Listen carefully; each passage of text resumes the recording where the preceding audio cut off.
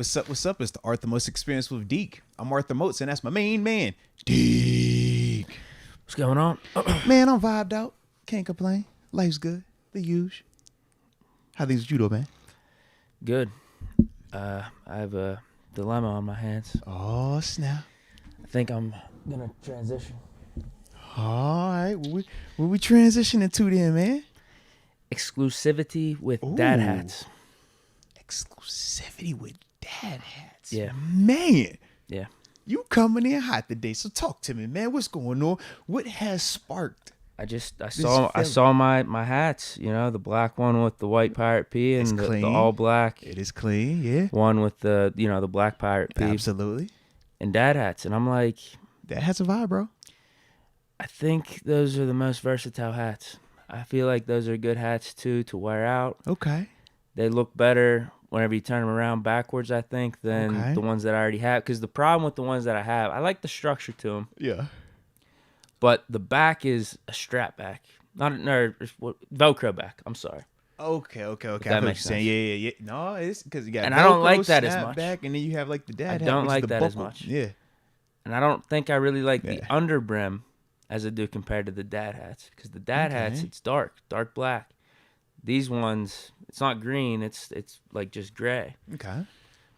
And yeah, I think maybe me without the glasses. I used to rock dad hats a lot back in the day. Okay. I think I'm getting back to it. The dad house your move then, man. Yeah. Okay. Yeah. Now, how do you feel about the dad hat versus the traditional or the trucker style snapbacks that we've seen come out that have become really popular?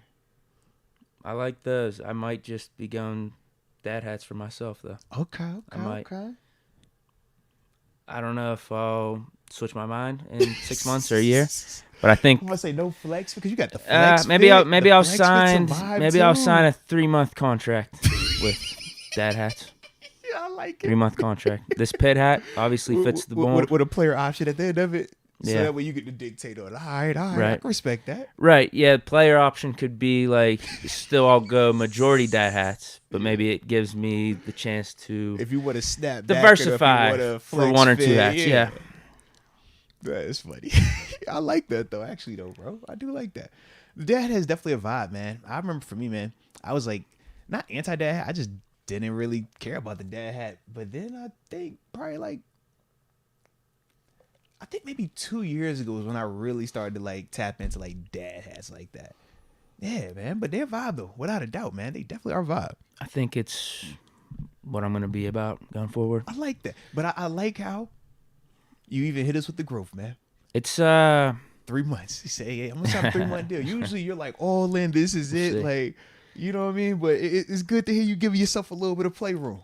yeah, and I swear to God, the dad hats age the best out of any hats. Because as they get older, they get better in a way. They don't get as dirty as the other hats I don't know if it's the material or not. They just don't get dirty. I swear. They'll start fading a little bit, but you know how hats like dust and just random stuff will start collecting on it. I don't think that happens with dad hats. And if anything, if it does, it makes the dad hats look better. They age good. Hey, I rocks with the dad hat, bro. I'm trying to think back on like the upkeep of them. I'll say I just think it's a little bit less stress when you're traveling with them because you don't have to worry about keeping the frame. Yeah. In contrast to like your A-frames or your fitteds, that's the one thing that I always bothered by. Because the dust never got me because we all like being up in Buffalo. The New Era stores there. So like when they take you there, it was literally like, hey, these are the store like different ways to store your hats to keep them clean, frame shapes and all that. So like we had like these different bags they gave them to us. Yeah. So it was like, all right, I never had to per se worry about it getting dirty. But the one thing that I always could remember is if I'm traveling, I'd much rather have the dad hat because it's just a lot easier to deal with, man. You could throw it in the bag. And when you get old, just bend the brim a little bit and you putting it back on and you good to go. That's the one thing I do like about the dad hat. And the flexibility with the strap on the buckle. You can have the strap hanging out because I like to have mine slanging a little bit. Or you can have it tucked in for the cleaner look. But you do have that flexibility. And I think the dad hat is a lot easier for companies to make. So you know how like with fitteds, New Era is like the staple for that. But if like you start tapping into other fitteds, it's like, man, the material, the quality isn't always the same. When I think of the like flex fits, some of those brands, like, all right. I think of the sporty groups, like get Nike stuff like that, right? But I would rather have a Nike Flex Fit hat than a Nike like fitted cap per se. But then when I think of just the dad hat, I'm like, bro, it doesn't matter if it's 47, New Era, Nike, any of like the off brands, like anything with the dad hat. Literally, I was just thinking about this the other day because I had some dad hats come in, and I was like, man, it doesn't matter who is making the dad hat. I just feel like you got a lot of like playroom with that thing to get it right. Whereas with some of them other hats, like, yo, you got to be perfect. Otherwise, it's going to be terrible. Dad hat gives some flexibility. So I like the dad hat, bro. I have so many versions of that black and white pirate hat right now. But I think I'm going to settle in on the dad going the dad forward. hat, bro. It's fire, man. I had the basic one. That's what I started out with. Then I got like the K and the A frame. Yeah. Of Culture Kings, the black and the white one. Because the A frame, but then I'm kind of off those now. Mm-hmm. Now I'm with the dad hat, I think. I like it, bro. I like it, though, man. This is just because you drippy. You know, but beforehand when you was just like, yo, I don't even care. Yeah, I think the dad hat goes with my drip now. Vibe. This is the drip vibe, I think bro. the dad hat goes with my drip going forward. Yeah, man. I like your look, bro. I like your look, man. You got anything else? Bro. No, other than the fact that, man, I just want to shout out my dog Colton Choi Fu, rocking, you know, a little bit of that Hawaiian gear over here, man. I believe it was Get Nuts with the Z at the end of it, man. Yeah. And they are located, I'm going to butcher the name, but I just want to shout it out on the front end of this thing, man. They are located in, begins with a K, begins with a K, Kapoli, Hawaii. I definitely butchered that, ladies and gentlemen. But y'all catch my drift, all right? But yeah, shout out to all my Hawaiian folk in the building, man. You know what I'm saying? So yeah.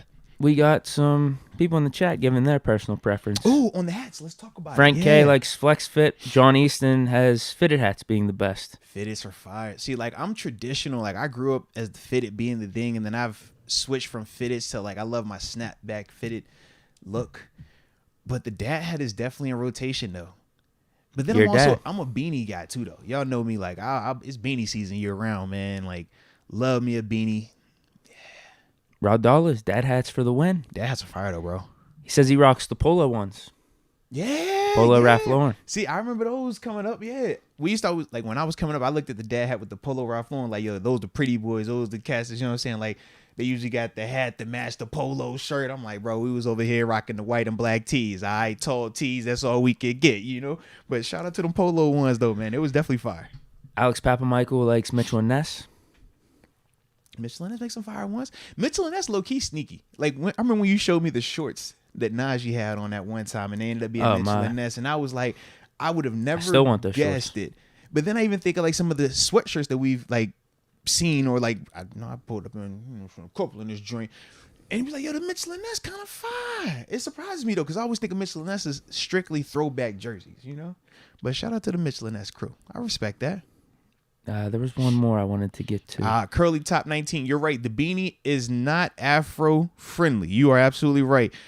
When I used to have long hair, I only liked beanies when it was braided, and I still hated beanies then. You're right. But when I cut my hair, that's probably one. Yeah, you're right about that. Good call. Good call.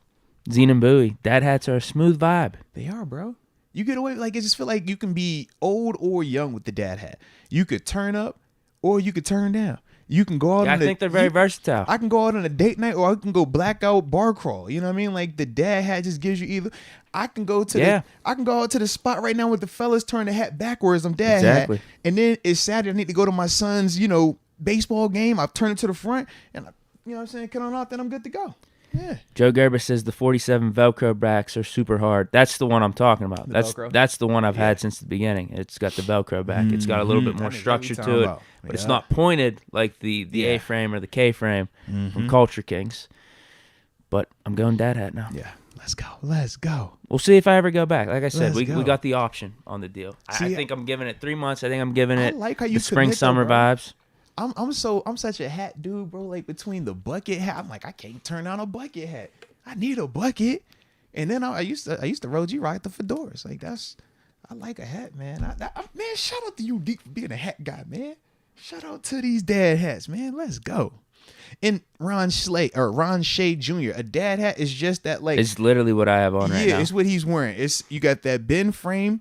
It's a relax on the top, and then the back is the adjustable, but it usually has like a buckle or some type of like where you could put the strap through a little like connecting device back there, but not like a snapback where it's holes and buttons just bap bap bap, something like that, or like the Velcro that he was talking about. So yeah, man, but that's the snapback though, bro. Absolutely.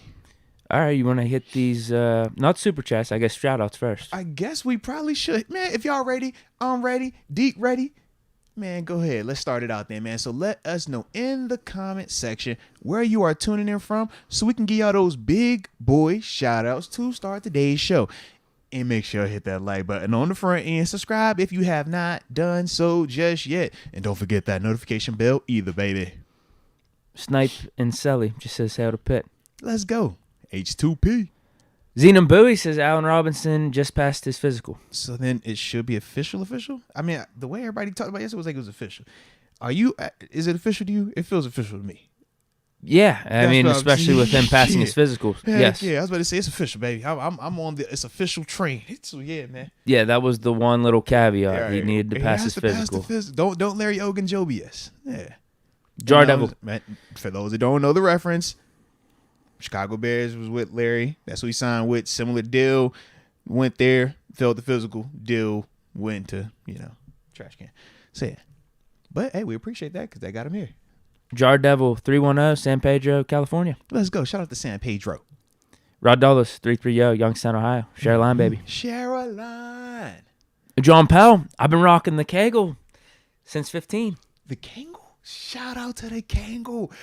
I do have a Kangol, actually. In fact, I wore a Kangol. I'm trying to think the last time I wore my Kangol hat, though. It would have been 20. Was that 14? Yeah, it was. It was because I was still in the townhouse. So yeah, 2014 wild card playoff game playing against the Ravens. That's probably why I never wore it again because we lost. I remember I got my little picture in there. They had my little Kangol hat, fly fit, man, felt good. And we went out there and lost. I was like, man, I ain't never wearing this hat again, bro. So yeah, I actually have not worn that hat since that day. The hat had nothing to do with it, but we lost, and I'm superstitious, kinda like when it's stuff like that. So yeah. Quan Summer 323, Watts, California. Shout out to Watts, baby. Let's ride. He has Celtics in 4. Ooh. They went up, yeah. Because Atlanta tried to make it tight, got it to like 7, but then at the end, Boston was too much. And then after that, you had the Suns taking care of business, even it up 1-1. You got the nonsense Draymond suspension. I'm just like, bro. Wait, what's your take? I mean, I get it, but I hate it at the same time. He should not be suspended again. This is the problem. This is what makes this situation so unique. They literally said, we're suspending him in part because of his history. Draymond's history does make us all react a certain way. But my problem is this. You're meaning to tell me that if that was Deke out there doing the exact same thing, he would have never been suspended and would have just been Sabonis being in trouble. So if that is truly what the situation is, it's then gray. It's right. So it's like I get the whole Draymond's track record, but in that moment, if anyone else is doing that, no one's looking at that player that got their leg grabbed and jumping out of it as something malicious. They're looking at it and saying this is cause and effect. But when it's Draymond, it's malicious. He took the extra second or two and went down on him. As an athlete, all I'm going to simply say is being in situations like that, it's a lot easier to say how you supposed to land or how you would have landed in these settings. And that's across the board. I've seen a lot of people on the social medias that will respond. I'm like, everybody is going to be very different in that scenario, man, when you're talking about just the flow of movement and unexpectedly having your joint grab. Like, it what it is. But either way, I just say the cause and effect because regardless of what happened afterwards, it was caused by my man grabbing him. It's like, what are we talking about? But I think it's soft to boot him from that game, to be honest with you. I'm with you. Yeah, he should have got a foul, whatever it was. Give the Kings some free throws. But why should he have free throws? Because he grabbed him? That's the part crazy. I think Draymond was extra with his, though. I really do. Okay. I think it was too much to suspend him for sure. Boot him out of the game. I think that was like ticky-tacky in a way. I guess my question is, for Draymond in that moment when he grabs his ankle while he's trying to move, would you have rather Draymond fell completely on his face? Would that have justified it? It- No, to in me, all it, seriousness. to me, it literally looked like he caught himself. He looked down and But did what I'm saying is, if when he grabbed him, if he would have just simply fell over, would that have been better? Yeah, if he wanted to do that and try to You know what I'm saying? draw Like, the foul specifically on because Sabonis. that's what Sabonis did right after the fact. He rolled over, act like he got shot in the chest, and then came right back. Yeah, in the that game. was excessive as well. Okay, so that's what I'm saying. I'm like, we talk about the stump on the chest, but the stump on the chest looks way worse when the dude acts like he got a ton just bombed on him. I'm like, bro. No, I thought that was so much acting. I honestly just think Draymond he stomped on him. That's how I felt. Fair enough. And Sabonis acted more. That's why I even feel like him being booted from that game was a little too much. I just looked at it as it reminded me of a scenario where this guy has a bad reputation, so you go do something to provoke him to just simply react in the smallest bit, but because of who he is and his reputation, we're going to blow it out of proportion. And that's kind of how I felt with it, man. They had, I don't know if they still do it. They have a black and white way to go about these suspensions. Is Yeah. if you have X amount of flagrant fouls, but or but whatever. literally- That's what they call Right, flagrant but fouls. that's not what the situation is here. They literally said, based on his history is why, or that's like a big part of why they're doing the whole suspension. So I was like, I mean, you're damned if you do, damned if you don't, in terms of Draymond in that situation, man. But you know, like I said, it's just, this is also part of the reason when we talk about why your actions matter in terms of like, even when it's not a critical situation, it matters because you get the build up. So you think AB, for example, right? And always I'm bringing him up because we know he just had the situation where he's the owner, he's on the field, and he's like, yo, man, y'all trying to kick me off and everything like that. And he puts the stuff up, and it's, you know, back and forth in terms of how people view him. And it's back and forth because, yeah, in that situation, he legitimately could have been right. But based on everything that's happened over the past 2 to 3 years, we can't ever give him the benefit of the doubt because we don't know with AB based on his track record. So that's when you see some of that stuff, it's like, man, well, was he in the wrong or was he actually in the right? We don't really know all the way. And when I look at Draymond in this situation, I feel the same. I'm like, okay, Draymond, in this situation, maybe you do get a pass. Maybe it wasn't egregious. Maybe you shouldn't be suspended. But then I'm like, well, dang, what about this one? What about when it was that time? What about when it was that time? What about when you kick on me in the nuts? What about when you did this person? Like, we see you. I know you. I didn't see you actually step on somebody intentionally before. I've seen you do that too. So those are the things with him where it's just like, it's hard to give him the benefit of the doubt because he's already had so many moments. Is this true? Sabonis has a bruised sternum from this? Well, technically, you can get a bruise by doing anything. Like, if you get punched, it's a bruise. Is he going to play? That's the question you should ask. Yeah, he's going to play. Exactly. Is he actually injured? I don't know. I don't think anyone's actually going to know. I do think his reaction was a little excessive. You're never going to know because he can't fall back on it now. You got to keep rolling with, oh, yeah, I ever had a little extra pad on my shirt to play in the game. Mm-hmm. Sound good? All right, we got Lifted Ones tuning in from the 916. Let's go. Says light the beam. Let's go. Bring Draymond back. We want all the smoke. No, I respect that, though, in all seriousness, though, man. But at the same time, I mean, that's a part of the rules, right? That's part of the rules, man. Bart Basquiato, 805 Thousand Oaks, California. B-Days, 843, Artsville, South Carolina. Let's go. Let's go. Also, 610 Steel, also 412, says 610 Pottstown in the house. Pottstown. BD, 336, Greensboro, North Carolina. Shout out to Greensboro, man. Let's ride. I'll say a few more. Yanni, 804 Richmond, Virginia. Bishop, 610 Reading, PA in the building. Let's get it. Let's get it. What is this?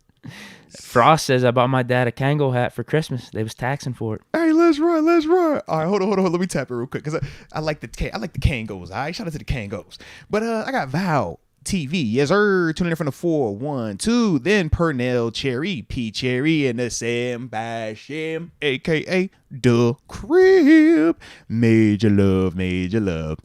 Joe Bob Briggs, yo, from Lawrence, South Carolina. Well, shout out to South Kakalaki there, man. Let's ride one time. Coach Clint tuning in from Toledo, Ohio, the 419.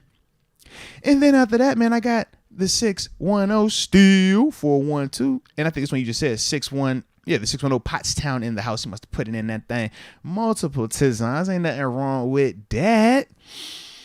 But then I got B Days Did you say that one? You might have said that one too. All right. I think. Oh, there we go. Thank you. Big Bugs, the 440 El Raya, Ohio. And I will wrap it up with Chris Wilkerson, the 765, Brookville, Indiana, out here in enemy territory. Sabonis questionable for game 3. Yeah, I'm sure. He better sit out. If it says we're going to milk it, go ahead and sit out, partner. Yeah. Sternum contusion. Mm-hmm. Reporting from Tito Whitaker. Yeah. Contusion is a fancy word for bruise, which is a fancy word for, ow, I got a bump. It hurt. Well, if you grab somebody, yeah, it should hurt. But you could say he probably got a bruise on his hip from when he fell. Got a bruise or contusion on his back. You know what I mean? Got contusion everywhere. Sound good? Super chats. Let's tap in, man. Let's do it. AJ Martinez. Off to a hot start. Oh, yeah, AJ already? Gifted Arthur Moats membership to Dylan Elder. Shout out to AJ Martinez and you said Dylan Elder? Yeah. Dylan Elder, welcome to the upper room. Yes, indeed. Yes, indeed. Well, I'm going to say this. Shout out just to AJ because Martinez, though, man. You always an awesome cat, this dude's man. a regular listener. He's Phantom TV. He says, I'm in Vegas, but you guys never read mine. He's in Vegas? Man, I ain't even see yours. Man, shout out to Vegas, though. And shout out to Phantom TV. There I got it him is. right there. There it is. So you can't say never anymore. Remember that.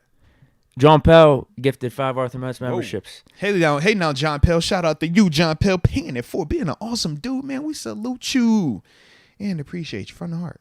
David Cagliari, DJ Trey Money, Teresa, Ramiro Rodriguez, and John Easton. Welcome to the upper room. Yes, indeed. Yes, indeed.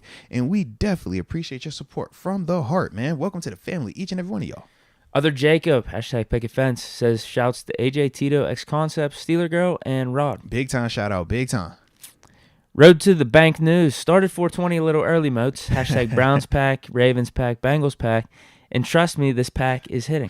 Fire gas. That's how it's supposed to be, baby. That's how it's supposed to be. I love it. I love it. Because it's a big day tomorrow, baby. There's 420 tomorrow. Whew. Hey, now. Young Poppy Benito. Shout out, Moats. We got the same shirt on today. Respect, man. Yeah, man. I wanted to, we talked about him on Monday. And with the Braden Fioku and all of those different connections that we got, settled out, felt like it was only right. You feel me? So we had to go ahead and represent one time for all the Hawaiians out here, all them polys out here. You know what I'm saying? Like, yeah, baby. Yeah. Aloha. Show out for the third Infinity Stone. Come on, man. That's what we're going to do. You know what I mean? Let's Go UW is a bucket or straw hat kind of guy. Let's go, bro. Says bucket straw hats all the way. Because the straw hat, that's a vibe. I love my straw. Bro, I'm a hat guy. Yeah.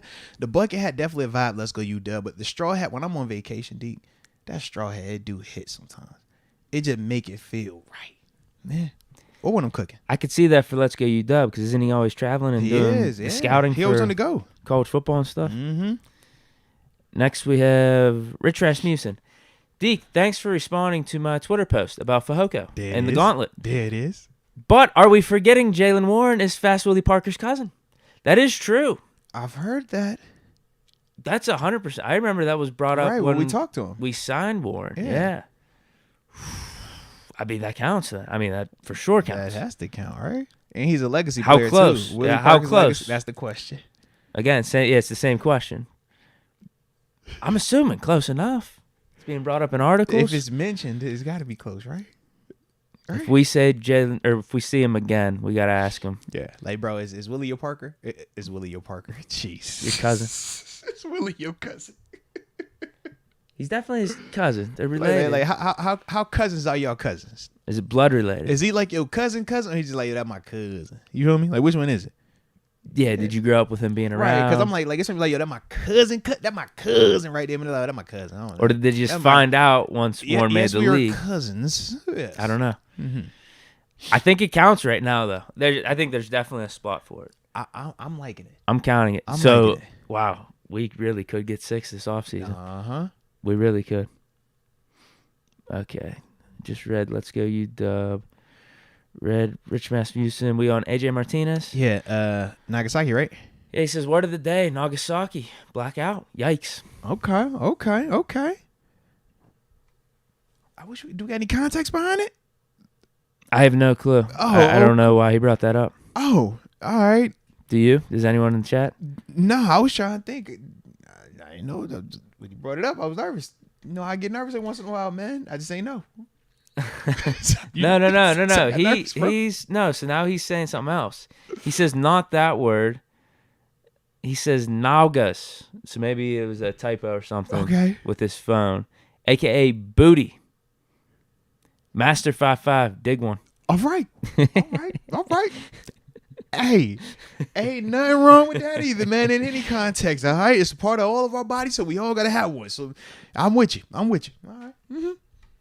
Let's go, UW. Happy birthday to Pittsburgh Goats, Mrs. Tony and Troy Palmalo. Shout out to Mrs. Tony and shout out to the homie TP. Yes. Who's Mrs. Tony? I don't know. I'm assuming somebody's wife though. Let's see the MRS. Maybe that's Let's Go UW wife. I feel like I should know that. It's probably. not mistreated. We know it's not that one. No. Yeah. I don't know who that is. The Jacob Malesio has joined the upper room. Though. In the Jacob Malesio. Welcome to the upper room. Yes, indeed. Yes, indeed. I like how you put the since the other one put other Pickett. Or other Jacob. He's like, I'm the. Who's Jacob 1? Yo, I don't know if you peeped that. Yo, the. Permani Bros. She might have been the founder of Permani Bros. Yo. Oh, Miss Tony? Yeah. Shout out to Miss Tony then, man. Are you a Permani guy? Absolutely. All right, salute you then, man. Let's ride. I'm not a traditional Permani sandwich guy, though. I get buffalo wings and that's what I was, buffalo sandwiches and stuff. So that's what I was asking. You like me then? We like the menu at Permani's. We don't actually eat like the staple Permani's. Yeah, the pizza's good. The fries is good. I'm a pizza. Yeah, the beer soft pretzels are fire. The Dagon chicken is fire. Yeah. I'll be honest, I haven't really tried the actual sandwiches though. Yeah. Just because I don't like coleslaw and that's the main ingredient, right? That's what makes the Permani sandwich. We both have the same issue, Deke. If I ask for a Permani sandwich and just give me the meat and the fries and maybe throw some cheese on it, I mean, it'd probably be amazing, actually. But does it count? That's my whole issue. They'd probably be pissed at you. You gotta have the coleslaw and the fries. I'm with you, Deke. I don't like coleslaw on my sandwich, man. I'm not a coleslaw dude. No. But then I'm like, coleslaw. You take the coleslaw, might as well take the fries out too. You might as well not even eat here, man. Which one? What you want to eat the sandwich with it? Like, you know what? Just give me the chicken wings. All right. Steelers girl agrees with us. Me either. The sandwich with slaw is gross. Yeah, bro. See, Steelers girl, she gets it, man. She gets it. Because I just can't do the slaw on it. Ugh. Like fries are cool. The fries are great. The different, like the turkey, the ham, the different meat they got is fire. I like the fire. You can combo it together. You throw some bacon on it if you want to. You ain't gotta put that coleslaw on that though, baby. Don't do the coleslaw. Their honey buffalo sauce they've brought into the fold these last year too is really good. Throw it on the boneless wings. Hey, wait a minute, bro. Wait a minute. Let's go, UW, bro. Why you gotta do that, man? That's crazy. Why you laughing? That's crazy. It's acceptable for me though. It's acceptable for me to not like the coleslaw on the sandwich. Ladies and gentlemen, this is crazy. So me and Deke both said the same things, that we don't like the coleslaw. This is the definition of it's cool when Deke does it. Steelers girl 517 even back that says she don't like the coleslaw. Everybody going around here saying don't like the coleslaw. Let's Go UW says this though. That is because Moats, by himself, no other names included, isn't a pure blood. So because I'm not pure blood, that's why I eat that's why I like the Permanis. That's crazy. But Deke cannot like the Permanis. It's okay for Deke not like the Permanis. It's all right for Steelers go 5-7 not like the Permanis, and everybody else not like the Permanis. But when I don't like the Permanis because I ain't pure blood. See, this is what I'm talking about, Deke. Man, I just be trying, Deke. I'm trying, man. I'm trying. Why? I ain't say it. You laugh though. Why you got? You still laugh? Why you laughing? It's kind of funny. No, it ain't. It ain't feel funny when I was reading it. It caught my eye. I was like, Steeler girl's laughing too, actually. This is crazy, man. She just put 4 laughing emojis in the chat. I can't believe this. Like, I wasn't the only person in here talking bad on the Permani sandwich with the coleslaw. I never talk about it. And you notice, I was shy. I was like, hey, Deke, what do you think about the sandwich? You see, I threw it out there to you first because I wanted to get you to say that because I knew you ain't like it because I know I don't like it. But after you said, I thought it was a green light that we could all just come here and share our truths. And clearly, this is not a safe place. It's not a safe place, man. It's not safe. Monyaj says, my baby girl Nina B-Day is on 420. Can I get a happy B-Day shout out for her? Man, Hashtag let's girl dad. go. Let's go. First off, man, major love to you and to your daughter, Nina, man. Always proud of you, man, being in terms of your daughter life, stuff like that, man. All the fathers out there, man, salute y'all because we know, man, we got to hold it down for us, all right? Mom's going to do their thing. Daddy's got to do our thing, man. So big time salute to you, but big time happy birthday to Nina on the 420 or a little pre-420 for her. But yeah, man, shout out to all the girl dads in the building, man. Corey Hewins. Man, it's birthday season. You know, we was turned up yesterday for the birthday. Well, that's so Hewins has one, but I'll read I'll the wait Jacob Malaysia. He says, got happy one? birthday to little G. Happy birthday, Gray. Oh, man, salute y'all, man.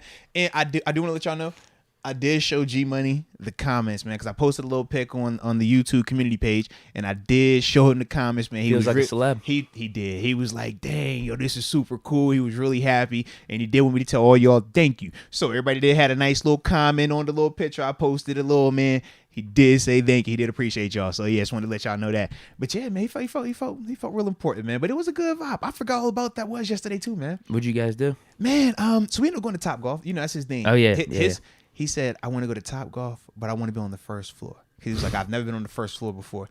And he said, that's where it's more real. Which one do you like better?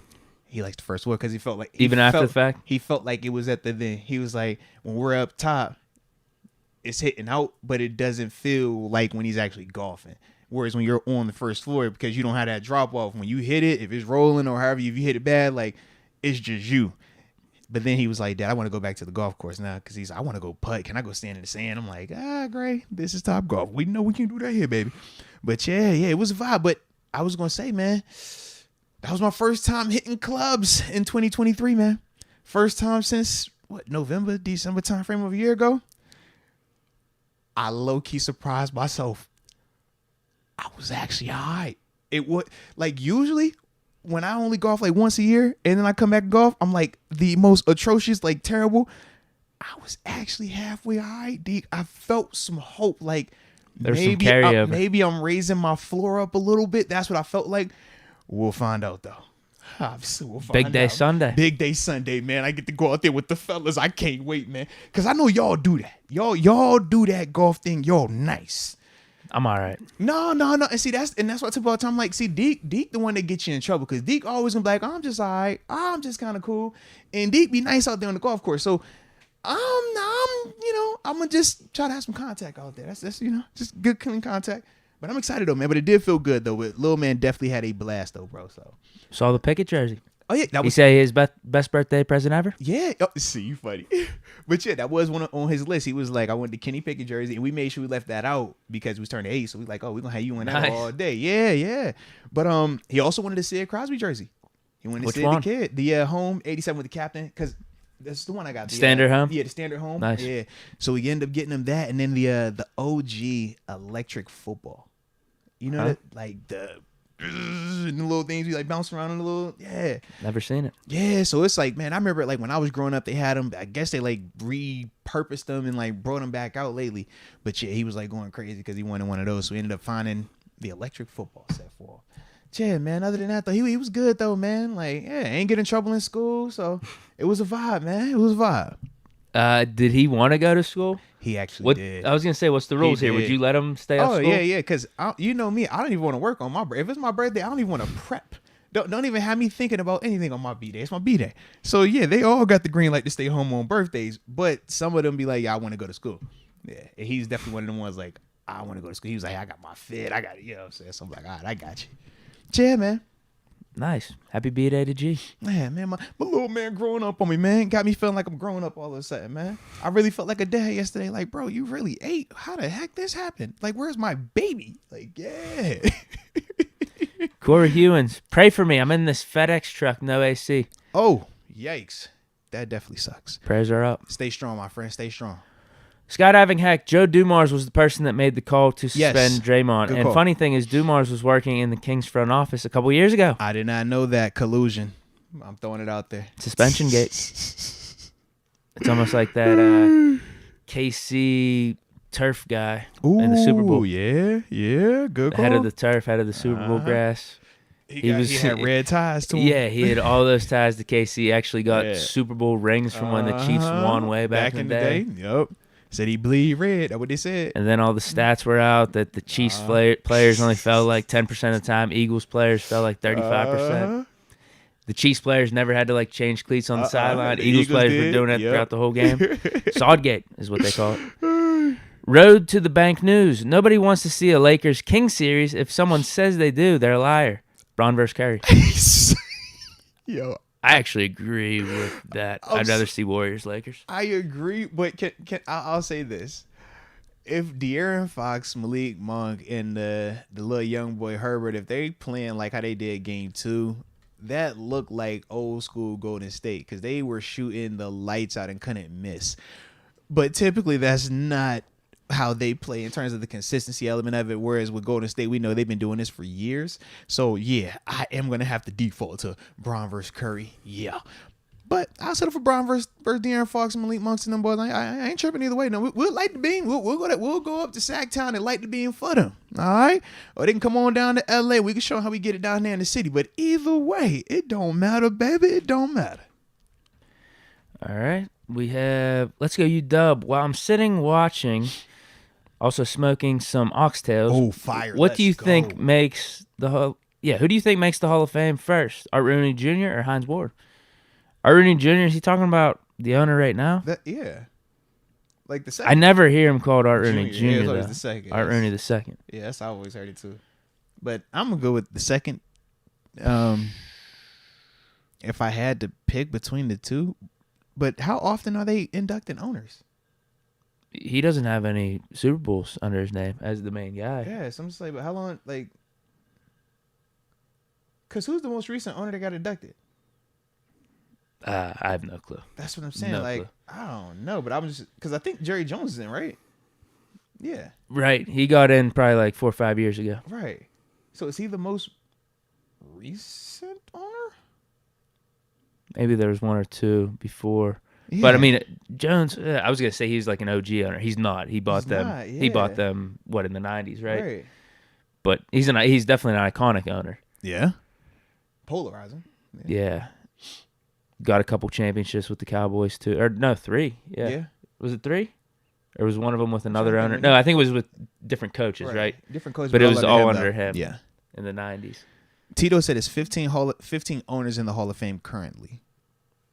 Well, knowing that it's only 15, then I don't know. Yeah, he'd need to get at least a Super Bowl. Yeah, I don't know. I'd go Hines then.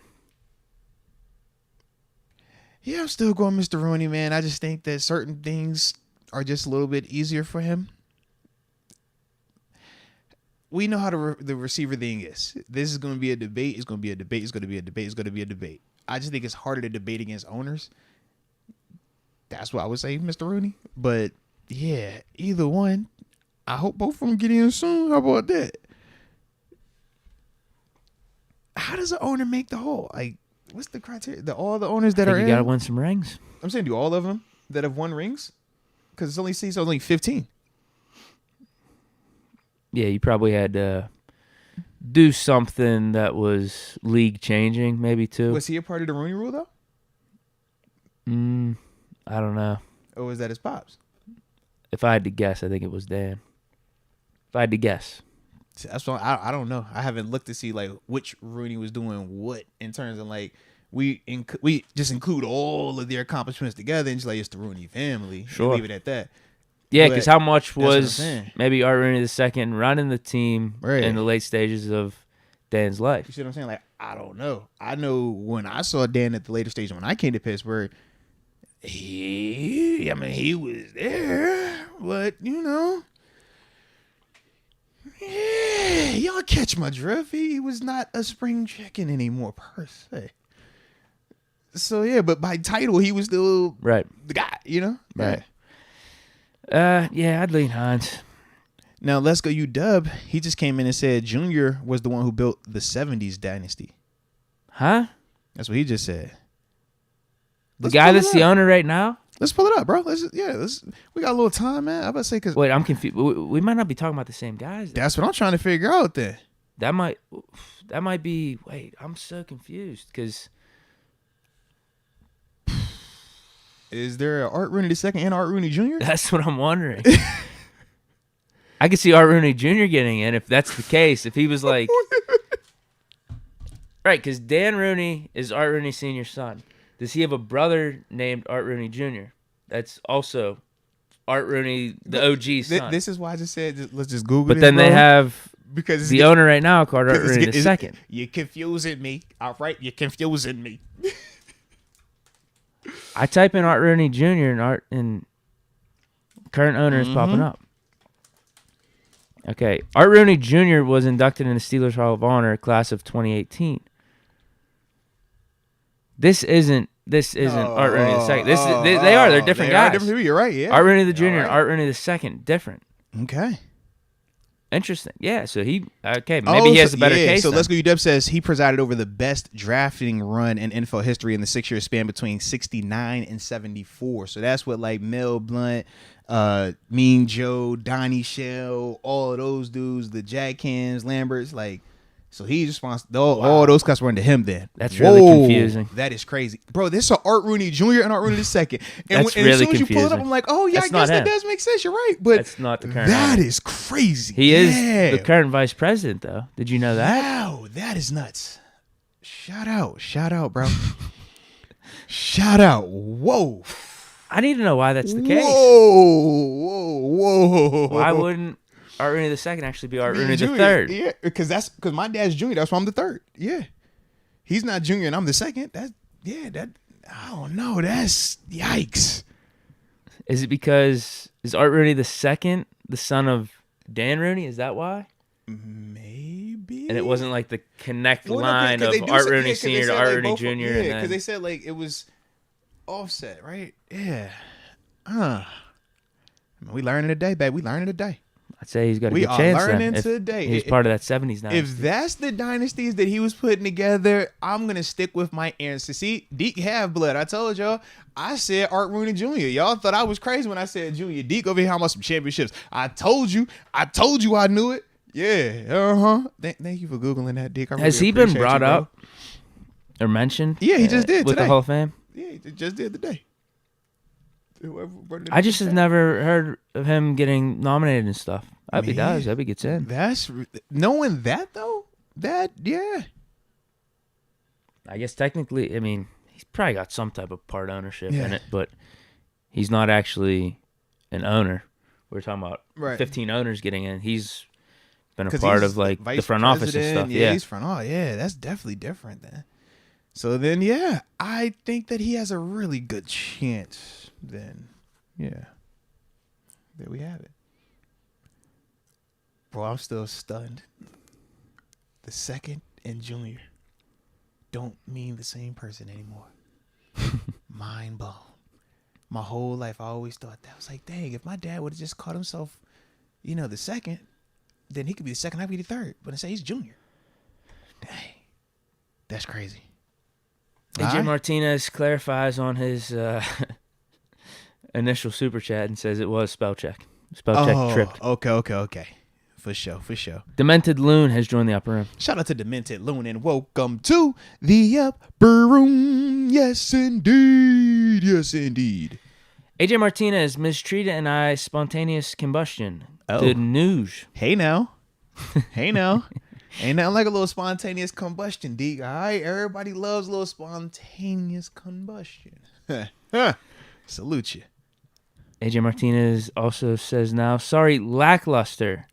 Larry Rita, future ex-husband, JK. That made no sense to me. No, Larry is the future ex-husband to Rita. Remember, Rita was the one he was at the altar. He was like, yo, that's the one I want to wait on to get. And he's like, yo, should I go pull up at the thing? I thought that was the Rita chick. So Larry is the future ex-husband? Or is Larry Rita the same person? Larry Rita can't be the same person. AJ's lost me. Larry has to be the dude that proposed, the dude that's engaged to the chick. Because remember, that was a whole convo that day. Like, yo, I'm about to pull up. Should I pull up? He's like, yo, don't pull up. Yeah, maybe that's his name. I feel like Is Larry's that the first name drop we've got? I feel because we haven't heard a name from him just yet, and it was he capitalized Larry and left Rita as regular. Right. And then he had to hit future ex-husband, hit the JK to kind of like, I kill you, psych, ha. You know how that go. Man, I'll beat you to you know, funny. I'll shoot you to yeah, like that one. Yeah. I think at least. Joe Garbus says he went to Permanis, and when he went to watch the Steelers Raiders, he didn't like coleslaw, and a lot of people said it's not a need there, but fire food. All right. No, the food is definitely fire. Trust me, the food is fire. It's the coleslaw that I said just really is like the deal breaker in terms of like their traditional sandwiches. But that is good to know, though, man. That is definitely good to know. Yeah, maybe I'll have to try one of the sandwiches. Now, What's the meat? now, Like lamb wait or a minute. steak, right? Wait a minute. You went to the Steelers Raiders game. So you went Christmas Eve to Fanny Brothers. Is that what you telling me? Because they probably just was feeling good that it was Christmas Eve and you was in there. They probably weren't actually like really saying that, oh yeah, you don't have to have a coleslaw. It was like, yo, it's Christmas Eve. Here, man. All right, bro. Hey, Were they open? Yeah, there might be a loophole in this whole chat right now. Bro, I remember that game, okay? That was the freezing cold game out here. What are we talking about here, bro? Manny's Brothers being open on 8:30 on Christmas Eve? Is that a thing? Wait a minute. Maybe because the Steeler game was on specifically. That's what I'm saying, though. Yeah, because maybe. it's for Manny's, yeah. Okay. But that's what I'm like, Yeah, I'm maybe sure there they were were just bars being open. super nice because it's like, yo, Steelers game. All right, this person's there here on Christmas Eve at 8 o'clock at night, eating a Roethlisberger. Okay, extra coleslaw. Take the coleslaw off. All right, we let them slide. Yeah, maybe that's what it was. It was the holidays. The Jacob Alessio, shout out Steelers girl. Mandatory smiles when she's here. No, big facts, man. Let's go. She always bring good vibes, man. Good energy. Colton Troy Food, looking sharp, Moats. Aloha, my brothers. Let's go. Stoked about Robinson, veteran, good route runner. Little risk. We in position to take the best available. Man, thank you for bringing that up, Colton. For Colton Choi Food, both actually the shirt, because like I said, the shirt is super drippy. We appreciate you on that, and I have been seeing y'all complimenting in the comment section. Appreciate you, and for the glasses too. You know how we doing. But since he did bring up the Allen Robinson trade, I figured we just go ahead and tap into that topic now. Since, you know what I'm saying, we already kind of in that thing, that cool with you, partner. So, yes, we did a thing. Hey, Omar did a thing. I don't know if you know this, but Omar Khan did a thing yesterday. Okay? And the thing was, he traded for Allen Robinson. Okay? In terms of the details for the trade, I will pull that up for you really quick. Ultimately, man, we swapped 7th round draft picks with the Rams. They gave us theirs. We gave them one of ours. And he had $10 million remaining in guaranteed money this season. The Rams are going to take on 5 of that. We'll take on the remaining 5. So essentially for the deal, you swapped 7 round picks and you took up, $5 million for Allen Robinson. And in terms of Allen Robinson, let's see how many years and how many games so we can give the direct breakdown for him. But came into the league as a 2nd round draft pick in 2014 to the Jags out of Penn State. We are for all those folks out there. And since then, man, has played in a ton of games, man. This will be his 10th season coming up, man. And former Pro Bowler as well. Had that Pro Bowl, I think it was should have been year 3, if I remember correctly. Pull that up. Probably with year the Jags. 2. Yeah, it was year 2 with the Jags. He Yeah, went Pro off. Bowl. Yep. Bortles, unreal fantasy football season. Bunch of garbage time. And in terms of his career, been over the 1,000-yard receiving mark 3 times. Did it in 15, the Pro Bowl season, with 1,400 receiving yards. Did it again in 19 with the Chicago Bears. We had 1,100 receiving yards, and then did it in 20 with the Bears again, where he went back-to-back, 1,250 for that one. In terms of touchdowns, I mean, student scored a ton of touchdowns. I think it was in his career, should be 43. Yeah, 43 touchdowns in his career, over 6,000 or over 6,500 receiving yards, ton of catches. I mean, super productive player when he's been healthy. That's been the big thing with him. You look at his tape the past 2 years, a little bit up and down, but not always on him. To me, man, I think he can win outside as an outside receiver. You can have him in the slot. He has some success in there, productivity in there. Does a really good job of beating press off the line of scrimmage. And this is more so just talking about him now, like his last year's tape versus the Rams, not what he's done, a while ago, but just directly off what he did last year. I thought that he could consistently beat man-to-man press. Did a good job in terms of getting a step on receivers I don't feel like he was going to like separate it. Like when you're down the field and he's getting like 10 yard separation, he's not that type. But in terms of once he gets that upfield shoulder on you, he's the type that does do a really good job of getting two hands on that football, located and tracking it down the field. In terms of his route run, I think he does a really good job. He's more of a smooth style route runner than think of like a AB type where it's like, yo, super explosive, hard cuts. He's more so just boom, boom. You know, he's going to get you the footwork. He's going to give you the wiggle with his shoulders. Nice head movement to sell some of the moves to create a separation. Really good with that. Honestly, I thought his numbers should have been a lot better prior to his injury, but that wasn't because of him. Matthew Stafford was in and out of the lineup, and that did have a negative effect on him. So it would still be times where, you know, he's having success in terms of his route running, but when Matthew Stafford was not out there, the one game I forgot, it was because it wasn't Baker. It was just like this dude's like number 19, bro. And was Wofford out there again? Yeah. And it was just like, it looked like they was running just the college joint. You know what I mean? We're going to zone read you. If I could get you a little quick little out. And that was, you know, what they were trying to have the offense look like. That's not Allen Robinson. Allen Robinson's a dude like, yo, let him run a route. Let him cook you up. So that was more so why I thought his numbers were a little bit down the past 2 seasons. And also, I will say this with Stafford.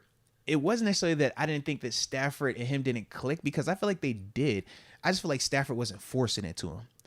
When I watch him, I'm like, it was times where he's open to me, and I'm just like, yo, Stafford's just not trying to just force him a ton of targets.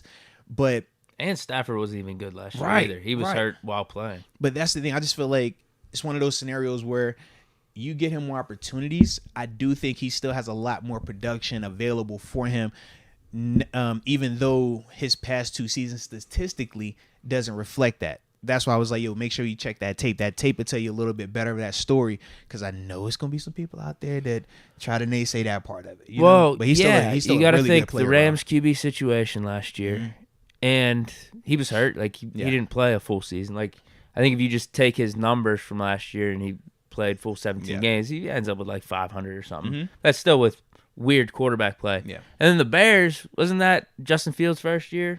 Combo of like him and Dalton. I think he didn't even finish that season out either. Now, injuries are a part. You got to be available and stuff, but that's been a knock on him his whole career. If he could stay healthy, he's put up numbers. Now, obviously, we're a little bit more removed from his prime years with the Bears and also that Jaguar season. He's still 30. We don't even need him to be wide receiver 1. We got Pickens and Deontay. Yeah. Well, and the thing, too, is this, man, because I did see people bring up, do you trade Deontay now that you have Allen Robinson? To me, the answer is no. We couldn't wait. Yeah, to me, the answer is no. I'm just going to throw it out there, man. Allen Robinson, like I said, when he's healthy, he has all the talent in the world. But he has to stay healthy, man. Couldn't wait 24 hours. Yeah, he has to stay healthy, man. I just want to throw that out there. He has to stay healthy. But no, he's a really good player. The reason why I say you don't get rid of Deontay is because when you watch Allen, how he wins his releases, how he wins in terms of getting open, it's still, I look at his open almost similar to more George Pickens style open, whereas when I think of Deontay, it's more so, like I said, like you're just looking and can physically see anybody knows this is like regular open, not just NFL open. And that's the one thing, like I said, why I wouldn't be so amped to move on from Deontay just yet while you have a young Kenny Pickett, because you still want him to be able to have that type of safety blanket that we anticipate him being a lot better, a lot more competitive on some of these 50-50 throws, or even throwing guys open, or just throwing tight window throws. But you still don't want him to feel like every single throw has to be a tight window throw. Every single throw has to be a 50-50 ball, because if that's the case, let's be real. They're 50-50 for a reason. They're a tight window for a reason. The chances of bad things happening are increasing. Deontay helps minimize that. Deontay helps give him a safety blanket, a easy read, easy option. If I need to just get out of something, that's what Deontay provides. And until we see somebody else provide that on a consistent basis while being healthy, because Deontay don't miss a ton of time either. If we being real, he's available. So with that, until we truly have that replaced, or Kenny has proven in a full season that he doesn't need another guy that can just get open, he can throw these dudes open for 4 quarters, week in and week out. Until we feel like that, I feel like you keep Deontay because it only helps this offense. But bringing in an Allen Robinson on this type of deal, I mean, it's a steal. It's low risk, high reward. I don't want to say it's a steal just because we don't know if he's going to stay healthy. And if he doesn't stay healthy, then you're just like, all right, I got a dope player, but he's not helping us. But as long as he stays healthy on paper, man, this does like a steal. Because, like, yo, you're comparing Allen Robinson to any of these dudes coming out in the draft, we're going to feel good about Allen Robinson. Not just because of where he's at currently, but the track record. We've seen him do this at this level for a long time and at multiple locations with different quarterbacks. So you feel really good about what he brings. Yeah, and it's only $5 million. You're not spending any big draft capital on him, like any big investments. You didn't lose a pick either. Right, that's because right. You just swapped 7th-round picks. Who gives a crap about that? You know what I'm saying? Yeah, I could care less. And to piggyback off of what you're talking about with Deontay, I said this in the past, maybe like a month or so ago. I just feel like you continue to build with what you were doing late last season, and part of that was the Kenny Pickett and Deontay connection, and how they continued to grow. They continued to build rapport. They went through tough games, through tough moments, and then came out successfully. Like, all that stuff matters, that relationship building. Adversity, man. Right, exactly. Yeah. And then you combine them working in the off season, and it's not killing us. Omar Khan has worked these numbers. It's not like we have to get rid of this $18 million cap hit. Or I don't even know if it's 8. It might be 16, 17, whatever the cap hit is this year. That's the reason everyone wants to trade him is, get this off the books. Let's let's bring in an Addison or whatnot. Yeah. We can afford it right now because Deontay's contract isn't that bad long term because after this year, he could turn into a cap casualty for us. We could cut him and we'd save like $10 million. I'm not saying the Steelers are going to do that necessarily, but you have the flexibility. But it's an option. Yeah, you start to have more flexibility. Maybe we restructure him or extend him or whatever, make the contract better. I don't know, but we don't have to rush into anything right now. Why can't we just keep all 3 of those receivers? To me, I like this option a little bit better than we was doing the Claypool option. We tried that 3, and it was like the Claypool one it was too similar to Pickens. It didn't fit what we were trying to accomplish. At least I feel like Allen, if we're talking about that third guy, it's like, man, this can give you a little bit of best of both worlds. We know it could cook from the slot. We know it has outside potential as well based on what it's already shown at this level. Good blocking. I was seeing some metrics out there. He's like 9th best receiver blocker. The thing is this, man. I don't think that he's overly enthused about it when I watch him on tape, but he understands it's a requirement for the position. And that's what you need. I don't need you to be over the hills in love with blocking as a receiver, but I do need you to get 2 hands on this DB's chest and get your butt in the hole so that way the ball is on this side, your butt's here, your man's here. And when you watch him on tape, he does that. He might be a little bit more cool with it with the Steelers if we're winning ball. No, but I'm talking about even last year. It's like, no, he blocks. What I mean is this, though. It's like, think of when Juju blocks somebody. Like, Juju going, man, I done rock something. You know what I mean? Or when Hans, like, he takes pride. Like, yo, this is my thing. Sure. All I'm saying is he ain't doing it like that. He don't care. Like, he ain't going to do the extra. Right. But he going to do his job. Like, you're not going to worry about we can't run to the perimeter because this guy can't get a block. Remember we talked about the running game 2 years ago and we're like, it's not just Najee. It's not just the O-line. These receivers got to hold a block because every time we go to the perimeter, they over here just, all right. And dudes are coming up and hitting them. He's not going to do that. He's going to get hands on you. He's going to get that body in where it's supposed to be. And that's the bare, like, to me, I'm like, yo, that's varsity. I don't need you to go over there and be moving these people off the line. I don't need you to be an overachiever, but I need varsity. He does give you varsity. And then he has some alternatives, man, where he'll just, if he doesn't want to get hands on a guy, he'll give you the release. You know what I mean? Just get the guy running with him and stuff like that. So he has multiple ways to make sure that his guy isn't impacting the play in the run game, which is good. Man, shout out to you picking that up too, bro. I see you, man. It's just a no-brainer move because that was one of the things I'm wondering. It's like, okay, how do we utilize him? Because we were talking about needing a slot receiver. We needed a wide receiver 3, but we need a guy that can be comfortable in the slot. And we know a lot of these guys coming out in the draft can do that. Yep. Robinson, in my opinion, he was always viewed more of as an outside guy throughout his whole career. But then I'm looking at some of these stats. He actually played a lot of slot over the last 4 or 5 years, like 30 to 40% of the time for some of these teams. So combine that with the guys that we already have and Deontay and Pickens already being outside guys. This is like a great match. But you could also put Robinson on the outside. Deontay can play slot here or there. Pickens can play slot here or there. So I think we just added versatility to the offense, 3 good top receivers, and then now you don't have to be banking on a Calvin Austin or an Anthony Miller to be the day one wide receiver 3. Oh, we're really counting on you. We need production. Because the the Anthony Miller part, it's like, man, it's, almost 2 years since we've seen him like play in stadium and give us productivity. Calvin Austin, we said, bro, this is a rookie that was fresh out of college that just got hurt, didn't even get a chance to even play in a preseason game. So to go into a regular season or go into an off season and say, these are the guys that we're willing to bet the season on, so to speak, it's like, man, that doesn't sit well with, football people like that. But the Allen Robinson, it's a clear, I have a guy, but I didn't invest so much that it kills the Calvin Austin development or it makes Anthony Miller irrelevant in a competition. It doesn't do either one of those things. They still have a chance to emerge. They still have a chance to develop a role. But we just know you're going to have to beat out somebody that is good. We're not going to just have you, can the injured guy beat out the rookie that was injured, or can the rookie that was injured beat out the other guy that was injured for a year or 2 years? I mean, like, it's just a different type of pedigree, different type of competition that's going to come with that. Just like I said, for me, I do like that a lot, man.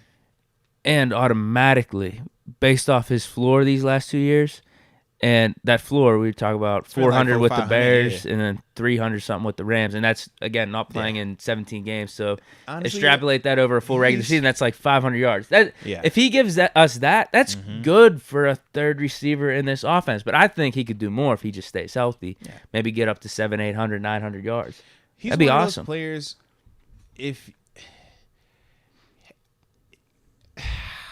he's like that fringe player right now to me. Fringe in the sense of this, good enough where you see the talent that it makes you think you want to force feed it. You want to, like, because the way it moves still, when it's healthy, when it's out there, it's like, bro, this could be 1,000-yarder. You get it. And it's like, man, you're open. If I feed you, like, I think you are capable of that. But then at the same time, I'm like, you don't want to overuse it to that point because of all the injury stuff that we've talked about. You know what I mean? So I'm just like the back and forth with it. I'm like, I'm excited, but I'm also like cautious because, it's a ton of good with him. A ton of good. Like, we can sit up here and rave. And that's the exciting better in leadership part. too, he'll bring. I'm like, it's all these different things, but my big, like, concern is just like, all right, he was available to us for a reason. We know the past 2 years, there have been optimism. Shoot, we was optimistic about him going to L.A. We was like, they lost Odell, but they get Allen Robinson. He should cook. I picked him up in fantasy early on. Some people said the Steelers were actually interested last year, which is crazy to me considering we had Claypool, Pickens. Yeah. Although I guess we would have been interested before the draft. You're right. Mm-hmm. He would have been our third guy. Maybe we wouldn't have drafted Pickens. Blessing in disguise. And to me, man, huge blessing. But you think, though, right? Prior to that season, though, when he was coming out, like, he had just came off of 2 back-to-back 1,000-yard seasons. That was the down year just the year before. Like, he just signed with L.A. this past season and played this year. Prior to that was his first, like, down year, because up until then he had the 2 back-to-back where he went, was it 12? It was like 11 and then 1,200 back-to-back or whatever. Yeah, you just thought, okay, thank God he's finally out of Chicago. Right. So that's kind of how I looked at it. Not necessarily, when we died, man, we this is way better. It was like, nah, man. At that time, though, LA gave him, I think everything that happened to him the last 2 years is like the perfect storm for us to capitalize on this value. 100%. 100%. I think it's still there. People that actually know ball could say, like, he can still play. When I watch it on tape, it still moves, man. I watch it on tape, it gets open. I watch it on tape, it threatens DBs. I watch it on tape, it turns DBs around. I watch it on tape, it makes blocks. I watch it on tape, it runs away from people. I watch it on tape, man. Like, the tape don't lie. That's the one thing, man. I'm gonna drop a film session for you. I got y'all. I already got some plays cut up, man. But he's one of the ones where it's like very, very intriguing, man. Optimistic as heck about the signing, though. Because, man, when you talk about the potential with this thing, he does still have a ton available to you, but he has to stay healthy.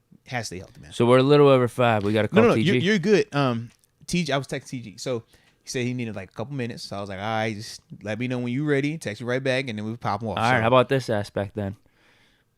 No drafting receivers then, right? Yeah, nothing before like 4, huh?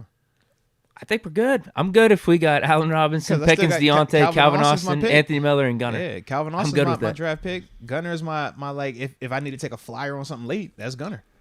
Because Gunner has still produced for us on offense and on special teams. It just wasn't the consistency. We obviously had the turnover at the end, but it's like, no, he still gave us some quality stuff.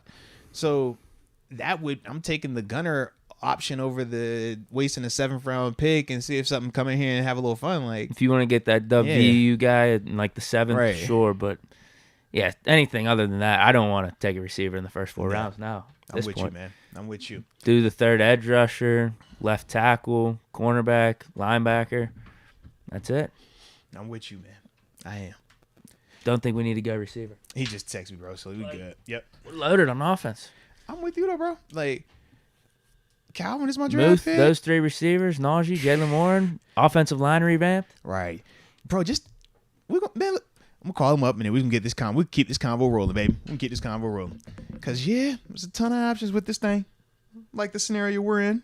Like where we're at. Hit that like button one time when we call up the homie TG. Hello. There it is. Ladies and gentlemen, boys and girls, children of all ages. It's Wednesday. It's about that 5 o'clock time, so y'all know what y'all listening to, man. We got the Steelers alum. We got the West Virginia Mountaineer alum. Almost heaven. But more importantly, we got my locker mate in the building, Terence Garvin, but we call him TG. Yeah. Man. Clap. I need the claps, the applause, all that. The problem is this, man. That's for like guest of the show. You're like a regular now. You know what I mean? Like Wednesdays is like, it's TG coming up at 5. All right, we just everybody kind of know. It's like, it's TG on Wednesdays. All right, you're gonna pull up. So that's why you ain't getting the clap. Somebody's like, this is TG, man. The question becomes, what's the strand? What's the location? And what's the activity he's doing? Okay, those are the questions, man. Those are the questions. We know 420 is tomorrow, so the strand is always appropriate. You feel me? But you ain't gonna get in trouble. We'll bypass that one, okay? But location. Are you mobile right now, or are you stationary right now? I'm stationary mobile. You hear him, Deke? I'm stationary and mobile. Yeah. Versatile. Like, I'm very stationary, but at any time to be on the move at this exact moment. You can hear it. That's an important quality in real life, though. Hey, stay light on your toes, man. Stay light on your toes. Man, you know, at any moment, it could be, I'm gone. TG funny, bruh.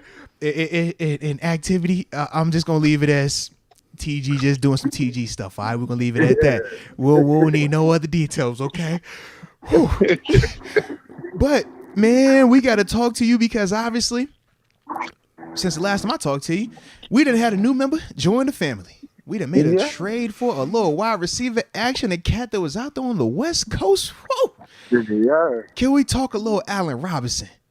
A-Rob. We call him A-Rob. Now, I did see somebody recommend that he wears number 15.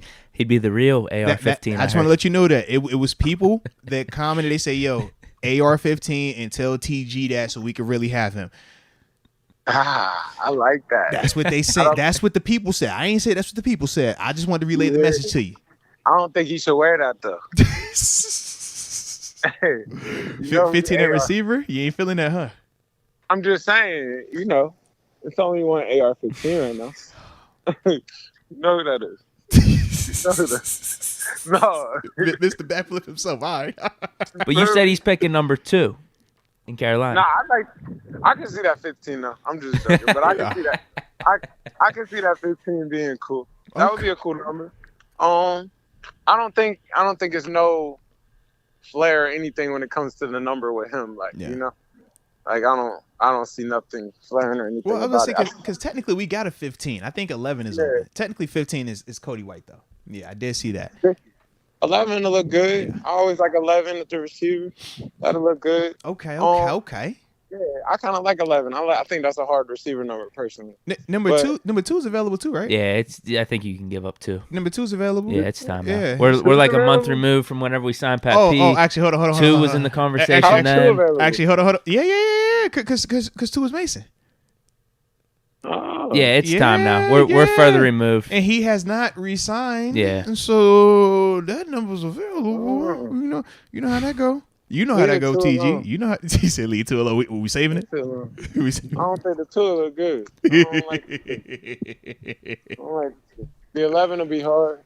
The 11 will be hard. Go 0. Ooh. 0 would be hard. Yeah, I think you go 0. Would be hard. I think you got to go like 0. 0. Ooh. Make a statement. I can see that too. Yeah, the 0 be me. That'd be I me. can see that. Agent 0. Yeah, that'd be me. I can see that. I think he's a good player though, man. He was a guy in Jacksonville. Jacksonville, Chicago. He had a lot of success. Yeah, man. He was straight. Like he was tough. Mhm. Like he was a guy in Jacksonville though. Yeah. If I remember right. Nah, Pro Bowl He's and a good everything player. down there. Yeah. Yeah, he's a big boy because he was going against Jalen all the time. Yeah, he led the league in receiving yards his second year, and he had 1,400. Yeah, He was a guy. He didn't really do that well out there in LA. That didn't work out. They gave him away, a 7th round, right? Yeah, 7th round, and then took half of the It's bag. a swap. It was a 7th round swap. Swap 7s, and then they taking on 5, and we pick up the other 5 because he got 10 guaranteed. They paying him to do. Yeah. I wonder what that's about. That was my only concern. You know how that go. Like, why you giving it away to us? Yeah, why you just handing this off? Yeah. Sometimes it's like, yo, that is it too good to be true? Like, what's going on under the engine? You know what I mean? Lift up the hood real quick. Let me see what's going on, man. All right. But he might be coming off kind of a down year and really want to get back on to proving himself. You might have found him right on time. No, right on time. And one thing I'll say is this, man. I did go back and watch some of him from last year.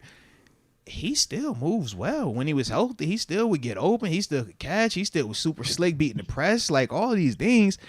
But at the same time, I didn't feel like he was getting fed as much as he probably was accustomed to either, you know, in terms of like the targets. So I do think that hurt his numbers as well. But we know LA wasn't the best situation, man, last year. Yeah, it felt like LA kind of was still on their high from the Super Bowl. The year Absolutely. before. Yep. Yeah, they went through like 3 or 4 quarterbacks too. Yeah. Stafford, Baker. I think they had like 2 or 3 other guys. Yeah, you said the Wofford dude, whoever that number 19 Was it dude him? was. Yeah, it was like some random dude. I'm like, who is this guy? Come on, that's an XFL guy.